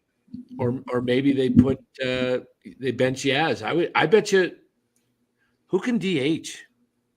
Nobody else. It was Flores. I don't know. This is such a bad. I mean, that is not an inspiring lineup.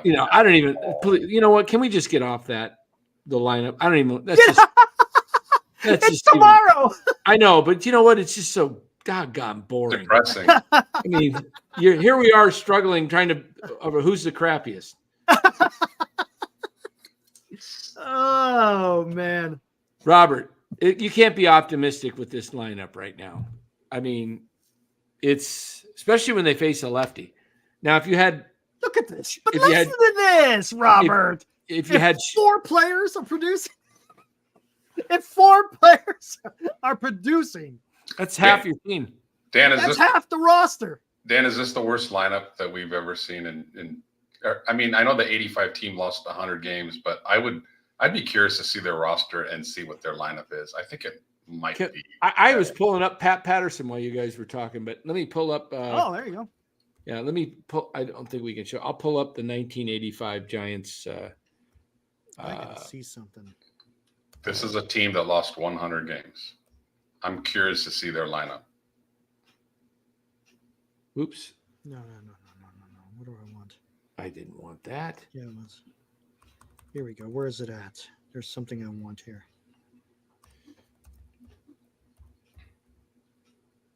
Stats. Will. What's up? Get it all out now, buddy, before we go to Chi-Town. Oh. All right, here is the 85 season.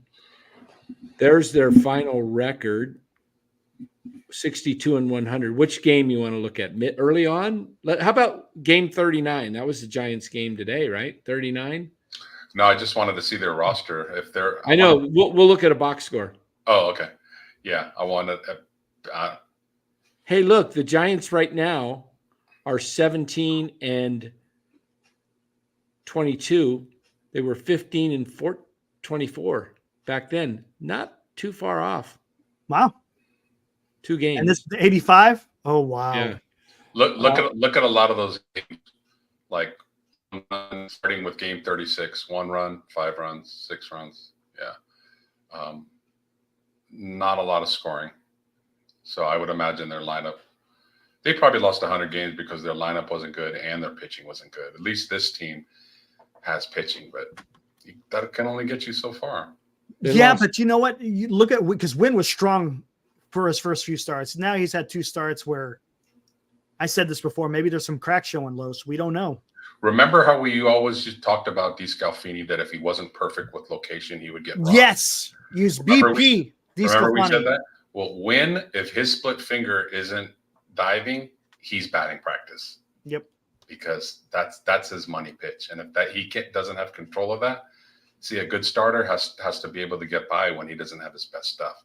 When Wynn has his split going, he's pretty nasty. But I thought that would be a disaster in Colorado today.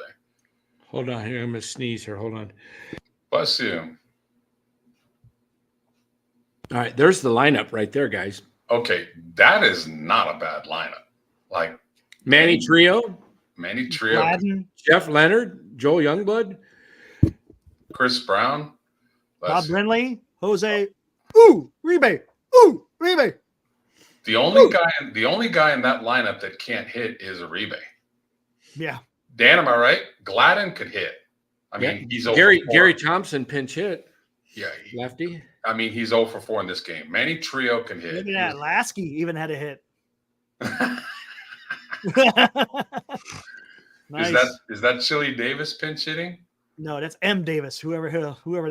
No, under Uribe. Yeah, Chili Davis right there. Oh, wow. There it is. Yeah. 1985, Chili Davis wasn't starting. Yeah. Maybe Brad Wellman at shortstop. Yeah. Dan, Let's take a look at the. Let's take a look at game. How about game? Let's pick a game they won 6-1. See who produced. Look at the A's. Miguel Delaunay, ex-Oakland A's. Man, I know my old school. That's the Expos. No, I know he used to play for the A's, though. Well, here's my tissue. Jeffrey Leonard had 2 hits. Who the hell is Brown? This is sad, but this is a fact. That's Gary Brown. This lineup is better than the 24 lineup. I'm sorry, it is. It is. Gladden was a lifetime, I'm guessing 260, 270 hitter. Manny Trio, same thing. You know what? Let me see something. Chili Davis, Let's see something. last outfielder that was an all-star. Rachis is not ringing the bell. First baseman? Who the hell is Rachis? Jeffrey Leonard, come on. Jeffrey Leonard was a good ball player. NLCS MVP of 87. Chris Brown was a very good hitter. Mark Davis was pitching. Scotty Gerelts, Hammaker. That is sad. 85, Robert Rothberg, you're old school. You know your baseball. You cannot tell me today's lineup is better than this 85 team. This 85 team has a better lineup. I'm not saying it's a better team. It has a better lineup. Right. And and the competition was probably better. That's why they lost 100 games. Let's take a look. Game 54, they didn't score. Let's see. I got all their totals for the 85 season. Gladden. Look at what they hit for the year. Yep. Rob Deere. Bob Brenly, Vita Blue. Man, they had some to lose 100 games with Vita Blue and Hammaker and my goodness. Yeah, that's weird. That's a pretty decent lineup. Hey, they won 12-6 at Chicago. Let's see how they did. Manny Trio, who was a pretty good player when he was with the Phillies. Yes, he was. Chili Davis, 2 for 6. Hackman Leonard, 1 for 3. Brenly, 1. Chris Brown. I loved Chris Brown. I loved Chris Brown. Yeah. He had a few mental kind of issues, but man, he was an all-star. He was an all-star. Yeah, look at the Giants. They had some play. Ron Renicky, Greg Minton, Mark Davis. Dan, is it safe to say that's a better lineup than now? Heck yeah. You want me to show you? Yeah. Let's see it. Here we go. Watch these batting average, guys. Are you sure? No. Well, there's not going to be any Slater hitting 118. That's for no, sure. There won't be that.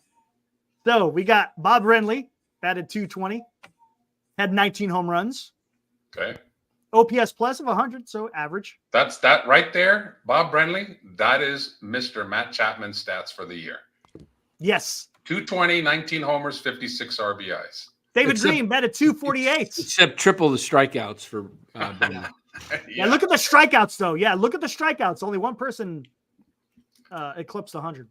David Green hit 248. Manny Trio, 224. That's a surprise. That's right. David Green. He was good with the Cardinals.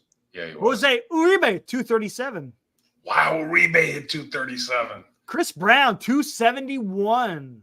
That's my boy. With 16 home runs. He was in that big trade with the Padres. Yep. Jeffrey Leonard, 241, 17 home runs. No, 241. Yeah. 243 for Dan Gladden, 270 for Chili Davis. And on the bench, Mr. Pinch Hitter extraordinaire. Joel Youngblood. Joel Youngblood, 270. Yep. Dan Dreesen, 232. Okay, now let's get into Brad Wellman. Here's Rob Deere. Okay, Rob That's Deere. A bench player, yeah. Rob Deere could play on today's team, 185, and so could Gary Radnich. God, I want to say Gary Radnich. Yeah, that was Gary Radnich. Yeah, Gary Radnich. Who would have known? Gary Radnich hit 165, so he would fit in great with this team. Gary Radnich probably didn't play for the Giants in '86. He probably to get out. If you look at this lineup, is this not close to what the Giants are doing right now? They're better. This lineup is better than what the Giants. There's no one batting 270 or 271 or 270 right now.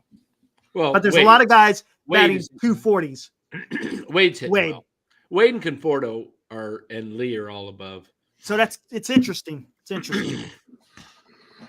But everybody, Wade, as good a year as he's having average wise, like, God, you need more than one home run from first base. Look at these. Look at it. The ERAs weren't bad. 357 for LaPointe. Mike Kruka, 338. Pull up. Different game, though. A little bit different game today. I mean, look at the innings pitch. Dan. Yeah. Wow. I say the game. Dave LaPointe went 206 innings. Mike Kruka went 194. Goreltz was the closer that year after he was a starter. Look at that. 6 complete games. 2 Then he became a starter again. Greg Minton was still with the Giants. Wow. Yeah. Moonman was a middle reliever then. He still had a 3.5 ERA. Damn, this is not a bad team stats wise. No. But they lost 100 games. They lost 100 games. Look at Vida's ERA. Yeah. Giants could lose. This team could lose 88 to 90 games if things don't turn around. Because, Robert, if you're out there still, just as everything went right for the Giants to win 107 games, things could go wrong with this club, this type of club, and lose 90. Mm-hmm. It's not inconceivable whatsoever for this team to lose 90 games, because that's just how baseball goes. The longer you go into a funk and don't come out of it, teams are there's things that happen on a ball club. I was on a losing team for 2 years in a row in Babe Ruth. We just, we had a couple guys that were talented, but we just didn't have the right chemistry. And it was like we'd show up to the park and we just kind of knew it was like we, just probably weren't going to win. And that's what happens in sports. When teams start losing and losing and losing and they can't put together a simple 3-game winning streak. I mean, we just looked at it earlier tonight. Every team in baseball this year has a 3-game winning streak except the Giants, White Sox, and Rockies. That's pathetic. Robert, I got to respectfully disagree with you. I think today's players don't have as much pride as the players from the past. They got their guaranteed money. If they go 0 for 4, if they go 4 for 4, that paycheck is really nice, especially for guys like Yaz and Slater, who shouldn't be paid. They shouldn't even be really on a roster. They're getting their guaranteed money. So I think the game in general, pride is – I'll never forget that movie, that Boston Red Sox movie with Jimmy Fallon and Drew Barrymore, when the Red Sox won the World Series. Do you remember that one, Dan? I think Yeah, the one in 04 you're talking about? Yeah, when they won the World Series. Yeah. And there was a part in there where the Red Sox lost and the fans were at a bar and they were all upset and they were all pissed off. And they looked over, and like 3 of the Red Sox players were over there laughing and having a great time eating dinner. And the guys were like, how can they be so happy, man? They got their ass kicked in the playoffs. Or blah, blah. Hey, the players don't care as much as the fans do. That I hate to say that, but that's true. They're getting paid. It's a job. They're getting paid, win or lose, and that's where the game is a business right now. And so I completely disagree. I don't think they have a lot of pride. I really don't. Yeah, and somebody said Babe Ruth. It's a little different. Well, I beg to differ. I played on teams in Little League where we knew we were better than everybody, and it was just a bunch of 11 and 12-year-old guys that wanted to win and were competitive. And when we were in Babe Ruth, I was 14, 15. There were guys that just, there were other teams that won that, played like winning teams, and we played like a losing team. I think, a little bit different that these guys are professional, but what I'm saying is if the winning or the losing spills over into all of a sudden you're 12, 15 games under 500 and your season looks like it's kind of over, guys are looking to that. They're thinking about what they're going to do for their careers. Are they going to, move on to another team? Are they going to opt out, opt in? They're thinking about that kind of stuff. That's why you always hear, like if you watch the NBA, TNT, and you hear Barkley saying, those guys are in Cancun. They're, last 2 weeks of the season, they're ready to go to Cancun. Yep. I think if you look at the Giants' body language, and we talk a lot about their numbers and their stats and all this stuff all the time. Let's just talk about their body language. They look like a team that does not like to have a lot of fun. I mean, look around baseball. We talk about it. Guys hit home runs and they have the props, they have the hats, they have the pitchforks in Seattle, whatever the case may be. The Giants just come in and kind of high five. It's kind of half-ass. And I'll tell you why. This is just my opinion. This is a team that's put together roster-wise. If you had 6, 7, 8 guys that all came up together, they've been through the minors together, now through the majors together. That's chemistry. They've been together. When the team is always rolling over new guys that are coming in for a year or two, how can you build chemistry with that? Yeah, you can't. Yeah. It's really, really suffers. hard. The chemistry suffers. And baseball, I think more than any of the other sports, you're with these guys for 9 months, man. I'm not saying they hate each other. I think they get along, but I just don't think there's a lot of chemistry because it's a team full of they're not where you see teams that come up together, the young guys, like the Giants did in the 10, that roster that came up 8, 9, 10, 11, 12, through 14 guys coming up.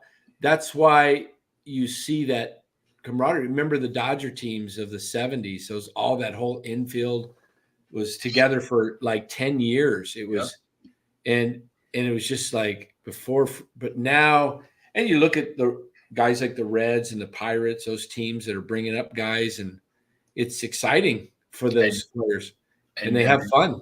And the younger guys are going to bring energy.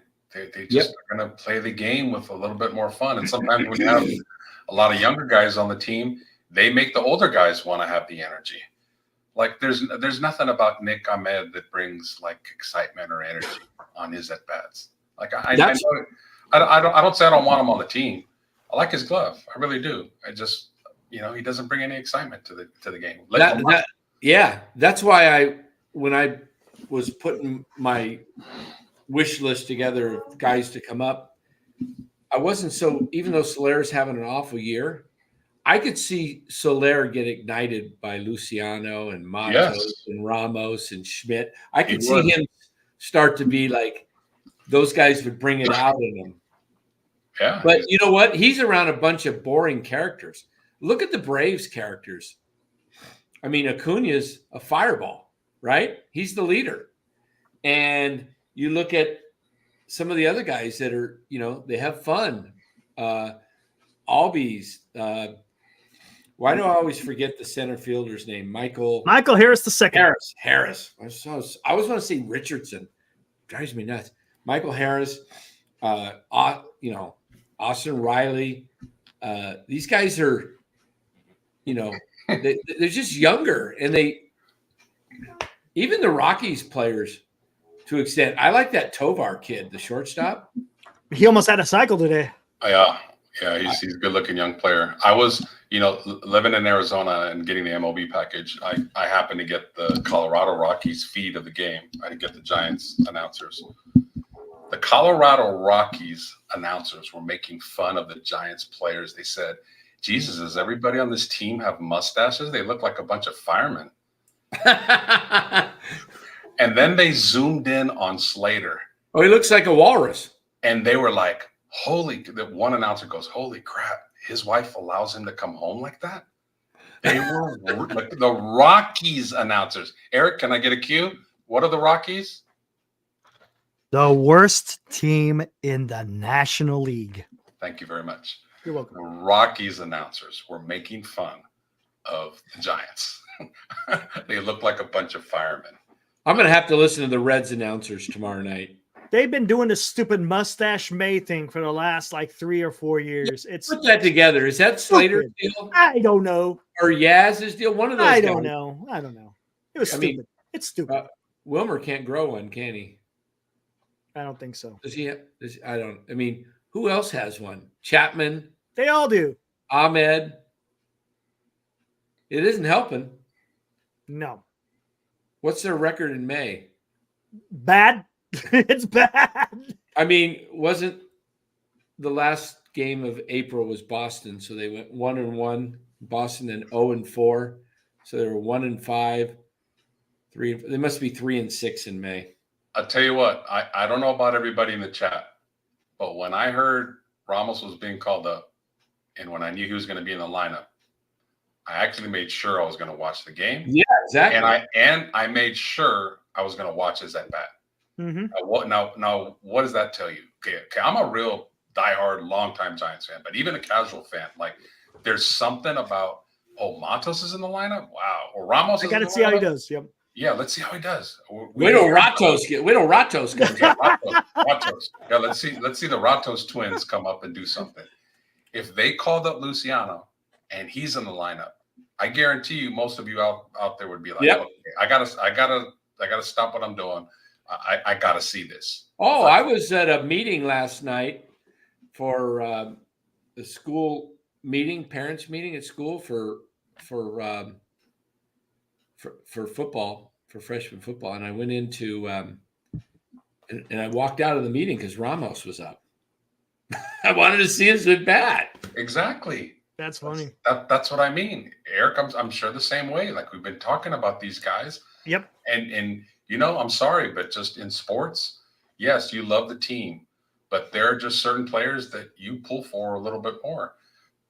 Fans love their homegrown players. Listen, they do. Listen, Kevin Durant, when he came here, now Steph Curry is an all-time icon, but Durant might be just a little better because he can do everything Steph can do, and he can block shots and rebound. So in the grand scheme of things, he might be a tiny little better. Forget about the titles, just player-wise. Who did the fan base choose between those two? Steph. He's a homegrown player. Here's another example. Yeah, the best players in Bay Area sports history. You want to know another? Dynasties are all homegrown players, with a few exceptions of free agents. Here's the ultimate. Who was more loved when he got to San Francisco in the beginning? Willie Mays or Willie McCovey? McCovey. Why? Because Mays was from New York. That's right. McCovey started his career in '59. Second year the Giants were in San Francisco. Rookie of the year, 1959. But McCovey was the adored player, more so than Willie Mays. Now Mays later but Willie's always been McCovey. McCovey's always been probably top 2, top 3 favorite Giants of all time. Yeah. And if you watch that Mays documentary, part of it was because San Francisco was DiMaggio's town. He may have played for the Yankees, but he was a San Franciscan, and he played center field. So Mays coming in is like, who's this guy? Now, eventually Mays, won everybody over. Yep. Possibly the greatest player of all time. But That's a great point. I mean, McCovey was Mays was a homegrown guy. He was just a New York homegrown guy. So that's what I mean. Like the connection, it's ironic that they call these new uniforms that they have the City Connects. There's no connection right now with this team. There's none because, again, like we just keep repeating. As long as they ignore their homegrown talent, hitters-wise, it's going to be this way. It's just right. I wonder if Ryan, are you referring to the chat or to not the us? The host here. We said he's been doing decent. Yeah, I if you go back to the very beginning of the season, I can't remember if it was prior opening day or a couple days prior. There was a few times I said I think Conforto's going to have a pretty decent year, because I expected him to have more of a bounce back. He's healthy. Didn't spend the off season rehabbing. And Michael Conforto is a potential 25 to 30 home run player. He's a good hitter. I wouldn't say he's a great hitter. As Ryan, you said, he's been a great hitter. He's hitting good. He's got 8 homers, which is pretty good. He's hitting in the 260s, mid 260s. What's Conforto hitting now? Hey, in the context of the San Francisco Giants, he's a great hitter. Yeah, he's a great hitter. But what's he hitting? Yeah, it's like around 260. So I'll take a look. About 258. Yeah. I think he's in the 260s now because of his series in Colorado. Well, that's Colorado too, right? Yeah. Robert says he's hitting 275. Is he? I'm looking right now. If you look at Conforto splits, like he 267. 267. I was right. Mid 260s. He hits a lot better on the road. I'll tell you what I would do right now. If I was running this club, trade him. His value is getting higher and higher. Yep. I'd trade him, man. Because at least you get something. Because in the offseason he's gone and you get nothing for it. I trade these guys before they opt in after a shitty year. I mean, if you don't get back, teams have been, swallowing contracts forever. Like, hey, we made a mistake. We're going to move off of it. What did I say last year? Trade Cobb, and look what happened. Who else did I say to trade that was hot last year? It was pretty much Cobb. That was it. Really. Did I say to trade Flores, or was it somebody else? You might have said, I think Flores. I said to say trade Flores, and people got pissed off. He's our best hitter. I'm that's why you sell him. Yeah. Who was? There was somebody else we were talking about selling last year. Trying to. We were talking about the owner selling the team. That's what we were talking about. Yes, sell Farhan, please. What could we get for Farhan? Robert, he says if you're trading him, you're giving up. No, Robert. No, you're building your team, dude. You're building for the future, but you're also you're saying that if you get rid of some guys, you're giving guys a chance in Ramos and Matos, and then you get to see what you have. If those guys are not able to cut it, then you have to. I'm at the point now. Either trade Ramos and Matos or play them. Right. But just sitting them is doing nobody any good. They're a useless asset if you're not using them.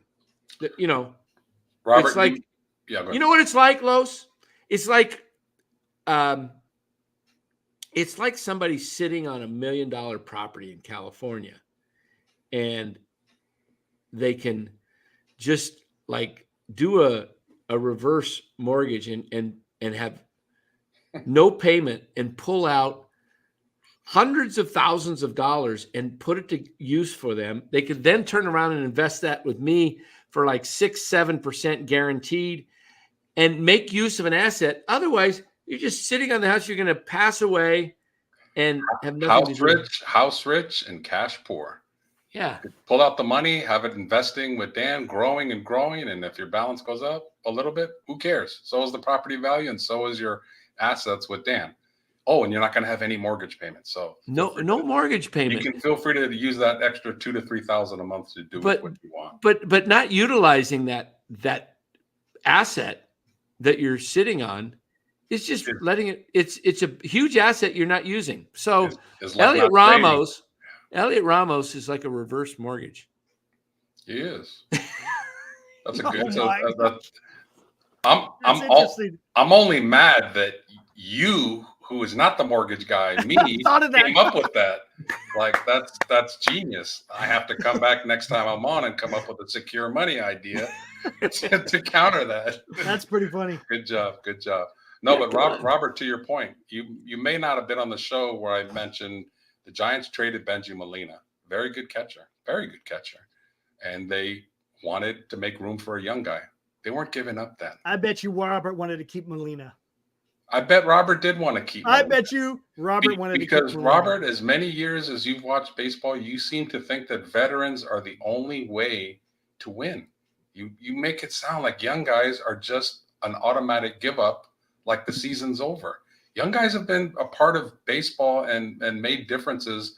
I just brought up Jeremy Pena won the World Series MVP 2 years ago at shortstop. He was a rookie. We could go back in history. How about Juan Soto? How about Juan Soto in 2019? Robert Rothberg wanted Wally Pipp. How about That's a good one. Robert Pipp. Wally Pipp, man. Lou Gehrig. Who's that guy? Who's Lou Gehrig? Pipp, man. He didn't want to make room for. I don't know if you know basketball, Robert, but you would have kept Monte Ellis and never gave Klay Thompson a chance to be the number 2 guard. I think that worked out. I got plenty of history and evidence for you. Getting young guys and giving them a chance is not giving up. You need to see what you have. That's your investment. That's your stock. Use it. You know what you have with the veterans. You know what their ceiling is. It's not much. Why are you happy with a C when you could get a B or an A? Why? Here's your ceilings. Conforto, probably 275 and maybe 30 homers. His floor probably 240. Good one. 240. Chapman, 240 ceiling, 200 floor. Yeah. And he's going to play closer as he gets older to the floor. Hiroku says, Robert, who's going to play third base, shortstop, first base, right field, and left field next year? Good question. Right now, it's looking like Matt Chapman at third and some veteran. So if Farhan's here, it'll be another veteran he'll bring in. First base, it'll be Wade and Flores. Right field, he'll bring back Yaz. He won't bring him back another year, will he? Yes, he will. Come on. This is Farhan. Rose, think like Farhan. Like Farhan. I don't want to think like Farhan. Not at all. He will bring. He will bring. He may give up on Slater, but it. Oh man. I got to come back to this real quick. I saw this earlier. I tagged it. I wanted to talk about this. This guy says, Giants do mustache may to recognize players with mental health, I believe. I don't know about I haven't heard it. I'll tell you why. I think they started doing it for Drew Robinson in 2021 after he shot himself. I got it. Yep. It's good for a good cause. I get it. But you know what? I have not yet heard once about mental health on a broadcast for Mustache May. It's always been kidding around. Look at these guys' mustaches. They're showing pictures of them. But I have yet to hear anything about mental health for players. So whether it's true or not, okay, if it's for a good cause, I get it. But I don't know. It doesn't. From what I've heard and seen, there's nothing to do with mental health and Mustache May.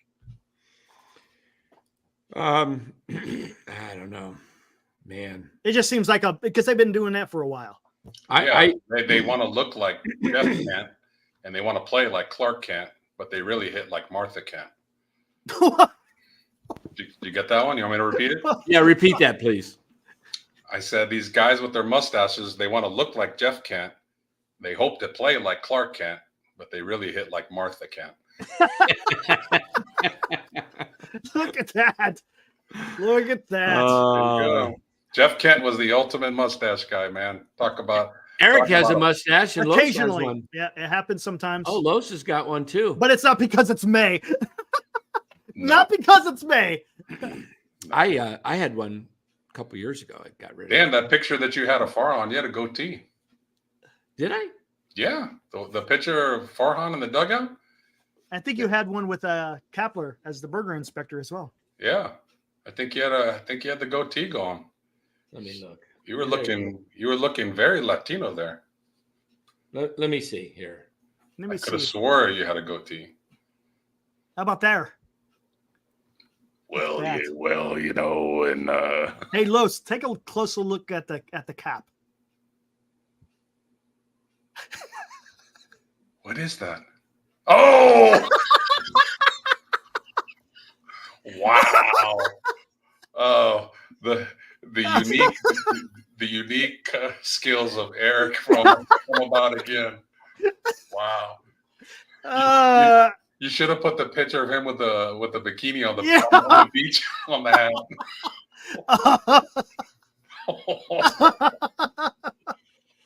Oh, you guys. Oh man. Oh, jeez. Oh man. I'm trying to see if I have one of those. Dan, if Eric got you a hat that had that picture of the beach on it, would you wear it for $100 at a game? I'll give you $100 if you wear it for 3 hours at a game in Arizona. There you go. With my picture on it? Not that picture, the one with Look, he's trying to get me to shave my head for the show. I think that's a little bit better. I think that's Which one? Which one? the picture of your face and Kapler's body on the beach. You put that, yeah. Oh, jeez. You got to wear that on a hat at a game for 3 hours. Don't stand next to me. Oh, jeez. Oh man.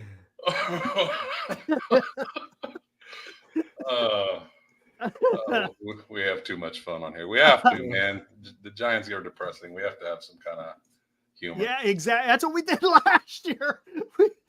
We had to have comedy. Well, yeah. I mean, we should get plenty of it going forward. Are you finding the goatee next to I'm looking. I don't. You know which one of spring training you're by the dugout? Was that 19? Yeah, I think it was 19. Oh no, I'm clean shaven there. I don't know. The one with Kapler. Maybe it was Kapler. The one with Kapler. You showed it last week, I think. Yeah, gosh dang it, I got rid of it. I have to find it. Huh. I don't see it. Hold on, let me find it. All right, don't see it. Don't see it. I don't. Robert has a question before he goes to sleep. Do we want to? Yeah, let's. Robert is consistent in here, so we got to give him love. We give him crap, but we got to give him love and answer this question before he turns it in. Before I call it a night, yeah, me too. There it is. That's a goatee. Oh yeah. Right? Yeah. I think I had.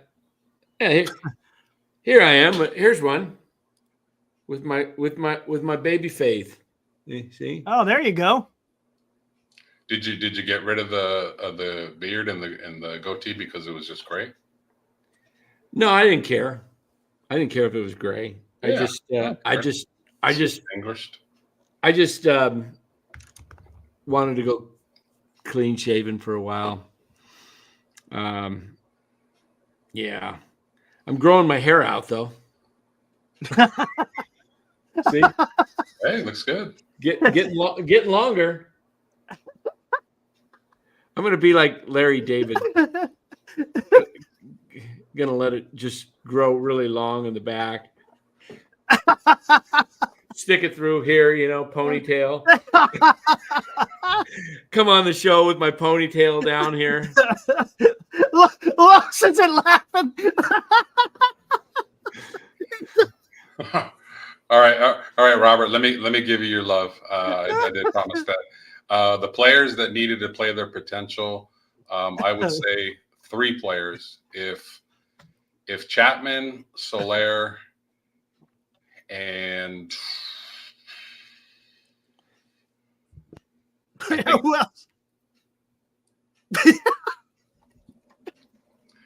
I mean, if Lee plays up to his capabilities as a catalyst leadoff hitter, he needs to steal more. My God, if you get those three guys all playing real well, then they can maybe be respectable. And draw some walks. Draw some walks, man. It's okay. Yeah. You don't but have can those guys all?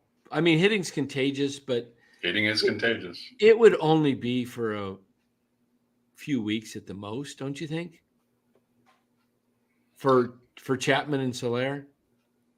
They're just both two very streaky hitters. They just they miss a lot of pitches. They're not contact hitters. They're They're just home run or strikeout guys. They're going to disappoint all year long, more or less, with guys and runners in scoring position. I would love to see. Is there a stat on batting average with runners in scoring position? I think there is. What is that? They have to have that. I'm sure they do. If we were to look that up and show the chat, it would be depressing. It would be really depressing. Runners in scoring position batting averages. I guarantee you Soler is probably about 0.40. He's like, maybe 2 for 28, 2 for 30. It's really bad. Yeah. Chapman is not much better. See, for this team to be a good team, they don't need home runs, man. I'm telling you, they don't need home runs. They just need that single to right center, left center with two men on just to get 2 runs. They don't need to score a lot of runs with this pitching staff. Man, if they averaged 4.5 runs a game, they'd be in good shape. But they average about 3.2 runs a game. So hope that answers your question. Good night, Robert. Giants batting average with runners in scoring position is 241. That's better than I thought. That's kind of in the middle. 241. Guess who's leading here? I'll go in order here. Dodgers, 270. Padres, 260. Rangers, 258. If you clicked on the Giants, Eric, would it show each individual batter? Oh, let me check. I'm real curious.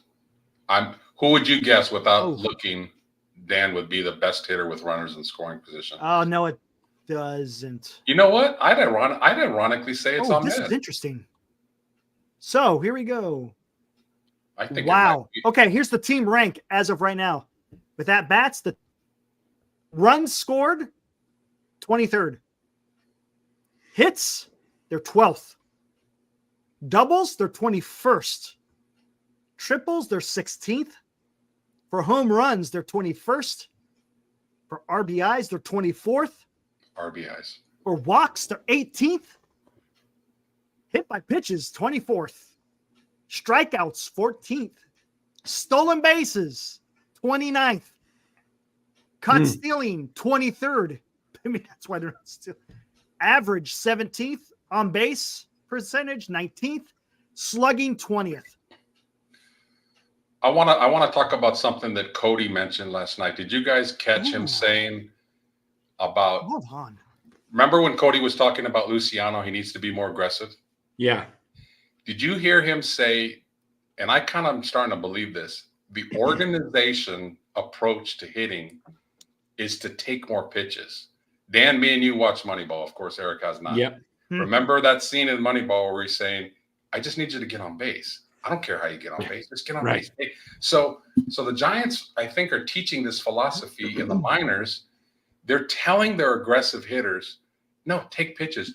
We need you to get the starter out of the game. That's our goal. And that's crap. Your goal is to score as many runs as you can to beat and score more runs than the other team. So if you have second and third and you got an aggressive hitter like Luciano who can hit a 3-run homer if he gets his pitch, and that pitcher, you got to know the game, man. This is what I hate about analytics. You got to know the game. If the pitcher struggled and just walked the guy before him, he's going to want to get that first pitch in the strike zone and not walk him. He's going to probably deliver a fat pitch. If you take it, then you probably just let go of the best pitch to drive in those 2 runs. If this is your organizational's approach to hitting, then this is a huge problem because you're taking the bat out of people's hands that are aggressive. Sometimes the best pitch you're going to get is that first pitch.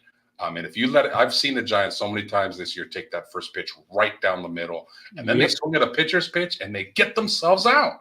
If this is the organizational approach, then this is maybe one of the reasons why this team does not hit. And this is one of the reasons why their draft picks don't hit. It's because they're being told to do something that they're not comfortable doing.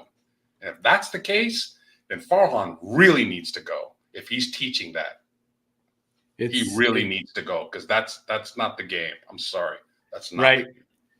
Conforto is batting 275 now. Oh, is he? I brought it up on Baseball Reference. They probably didn't update today's game then.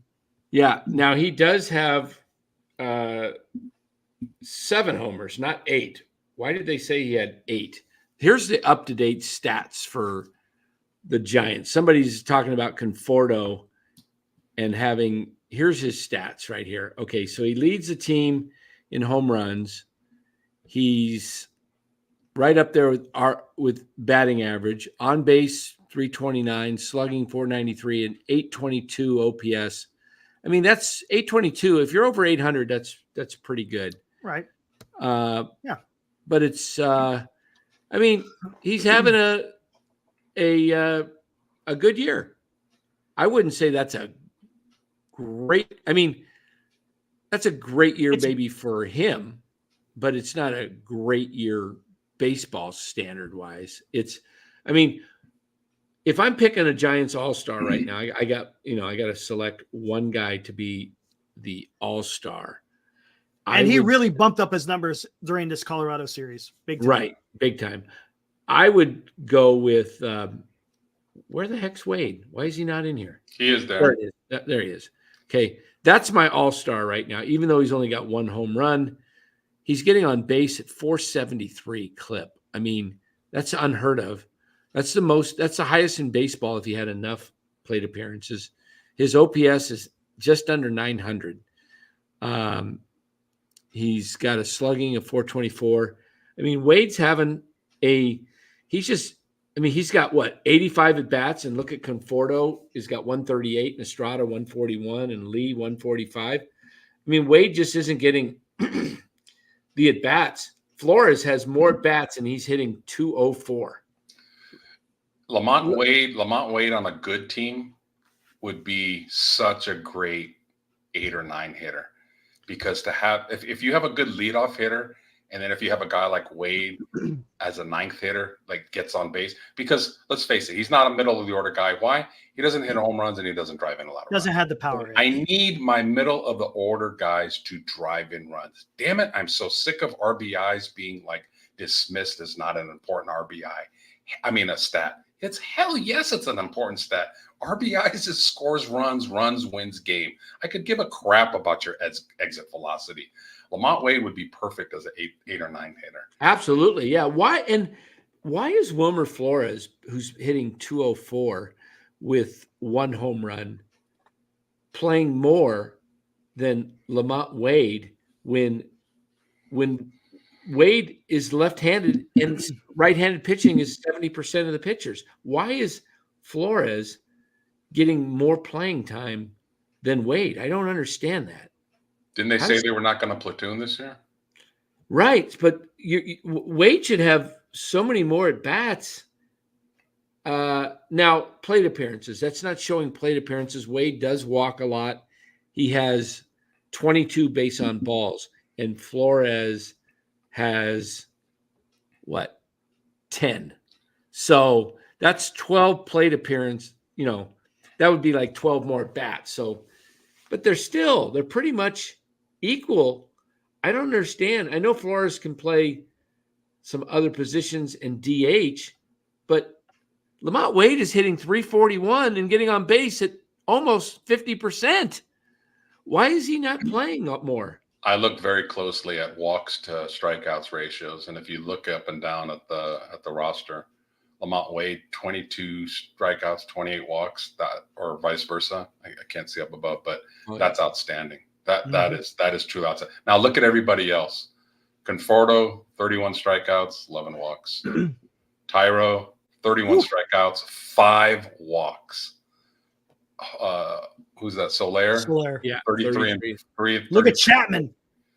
41. I mean, if you go all the way down to the bottom and add these up, the Giants are striking out. It doesn't add them all up. The Giants are striking out so much more than they're walking. So, and then now if you look at the stolen bases, you want to know why this team can't score? Look at the stolen bases. Their leader in stolen bases is Tyler Fitzgerald with 41 at-bats with 4.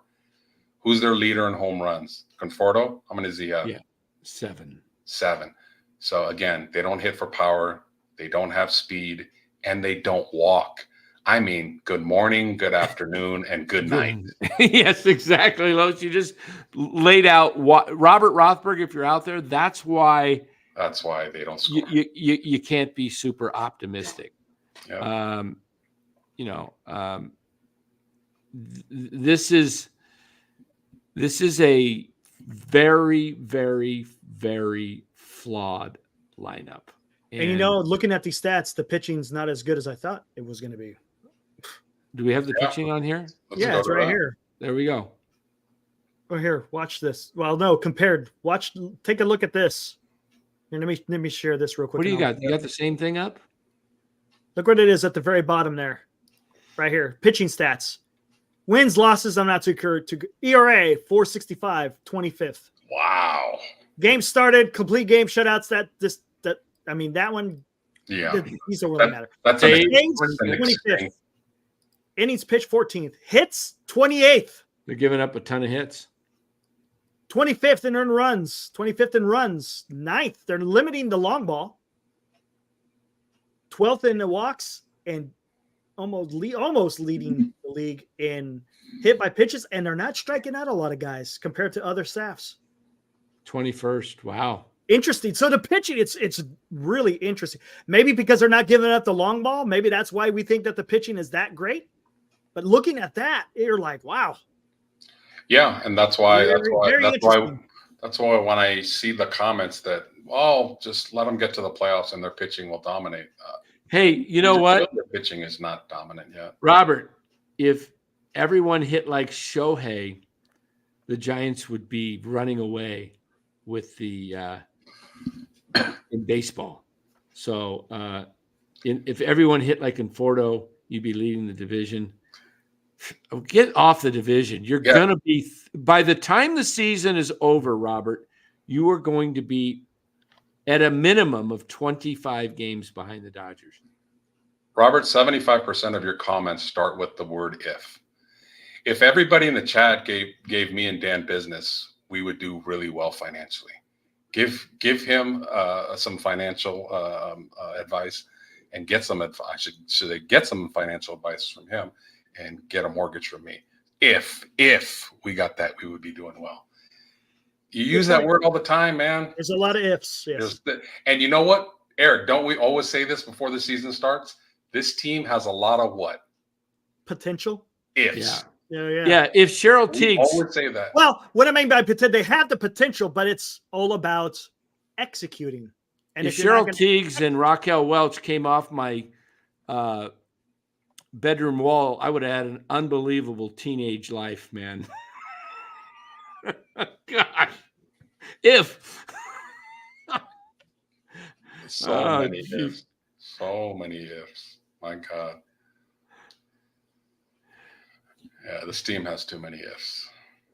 Yeah. If I'll tell you what, if Farhan was not the president of baseball operations, this team and this organization would be a whole lot better shape. Guarantee you. Facts. Robert, you got a guy that is head of the Geek Squad running the show. Him and the Miami guy should get together and make a deal. Be like, they could have like, maybe they can get together and play backgammon or something. Have a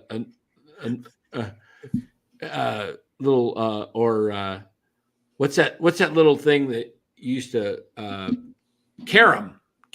You play carom with the little nets in the corner and the little squares, and you take the little stick and hit the little round things. Go play carom and talk some deals over paper football. Paper football was always fun. Paper football. Yeah, the president of baseball ops at Miami and Farhan, they can meet and have some maybe some apple juice and some cookies together. If everybody that's in the chat right now would hit the like button, that would be good for the show. It takes 2 seconds, maybe 1. You're in here, hit the like button. If everybody does it, we can go on all night with ifs. You know what they say, man. Dan gave Farhan an A. If my aunt had something, she'd be my uncle. Did I give Farhan an A in the offseason, or I give him a B plus?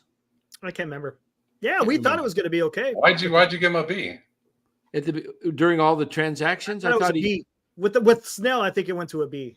Oh, I always had him at a C. You know, I wasn't crazy about Snell. I only liked Lee. The issue I'm having now is that you're seeing guys. He's not being proactive. Hicks brings the grade up. Hicks was a nice pickup. Yeah, that was a good pickup. My biggest beefs of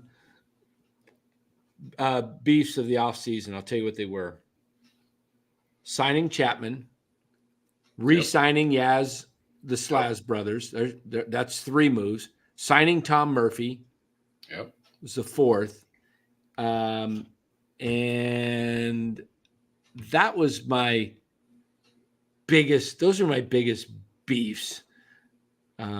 We don't know what they offered Imanaga, but if they lowballed him, I think they did. He was in town the night before he was so rumored to come here. And I remember Eric posting a lot of things saying, well, looks like Imanaga might be coming here. And I was like, man, I will believe it when I see it. I don't trust this organization. He was here. He was here visiting, and I remember, and I think there was an article that came out that said he loved the city. Hey, look, Yamamoto had a insight from someone within the Giants organization that expected a signing the day Imanaga they thought was going to sign, and the next day it flipped to the Cubs. They had it was even announced nationally that they were close to a deal with Imanaga. And it was supposed to be, I can't remember what the terms were, but then all of a sudden he goes to Chicago the next day. I don't know what happened. That might have prevented them from even going after Snell. And if they would have not used the money on Snell and Chapman, imagine that $50 million going to somewhere else. If yeah, we're gonna start saying that every show now. If we don't get out of here in the next minute and a half, we're getting along. I am gonna lose it. So we're gonna leave, guys. Yes. So we'll be back tomorrow night late. Game time 7:15. Expect us to be on about 10 o'clock tomorrow night. And then we'll do a Saturday. What time they play on Saturday? Is it the first afternoon Saturday, or let me look. And look for Vince to be on tomorrow, guys. Okay. Saturday is come on. Saturday. Oh, good. 1 o'clock game. So we'll do a short show on maybe 4 o'clock. A what Saturday. show? What? Sunday, I've already made the guarantee. 40 minutes tops. What do you think, Los? Over or under on that? Guarantee it. 40 or less. Sunday's Mother's Day, right? Yeah. Yep. He said we're only going to go 40 minutes on the post game. Over or under. Add an hour to that. No way. Hey, give me money. Put the money. Put the money out. Your history is. No, I know. Go over. Put the money out. How much you going to? I'm not going to remind you either. Don't remind me. How much money you want to bet? No, of course you put money on. Yeah, of course you. Yeah. You know, we have these things called cell phones, and he's going to put it on a reminder. Get off at 39 minutes. I'm going to take Los's money. How about if I go? How about if I go under 25 minutes? Do I get any money for that? 25 minutes. No. You'll have you know I'll win whatever the number is. You can cut it off, but you know what? I will cut it off on Mother's Day. No, because it will be at 23 minutes, and then I'll come on the show and I'll ask a trivia question, and I got you. I know your weakness, bro. Hey, I can end a stream just like that. Your competitiveness is your strength, and it's your weakness. Hey, it is, but I can end a stream just like that. I can. Whenever I decide to end a stream, it's done. Yeah. I'm serious. You have better luck of kicking yourself out of your own stream than ending When I decide to end a stream, I'm telling you, we're done. Like, I'm done. Just it.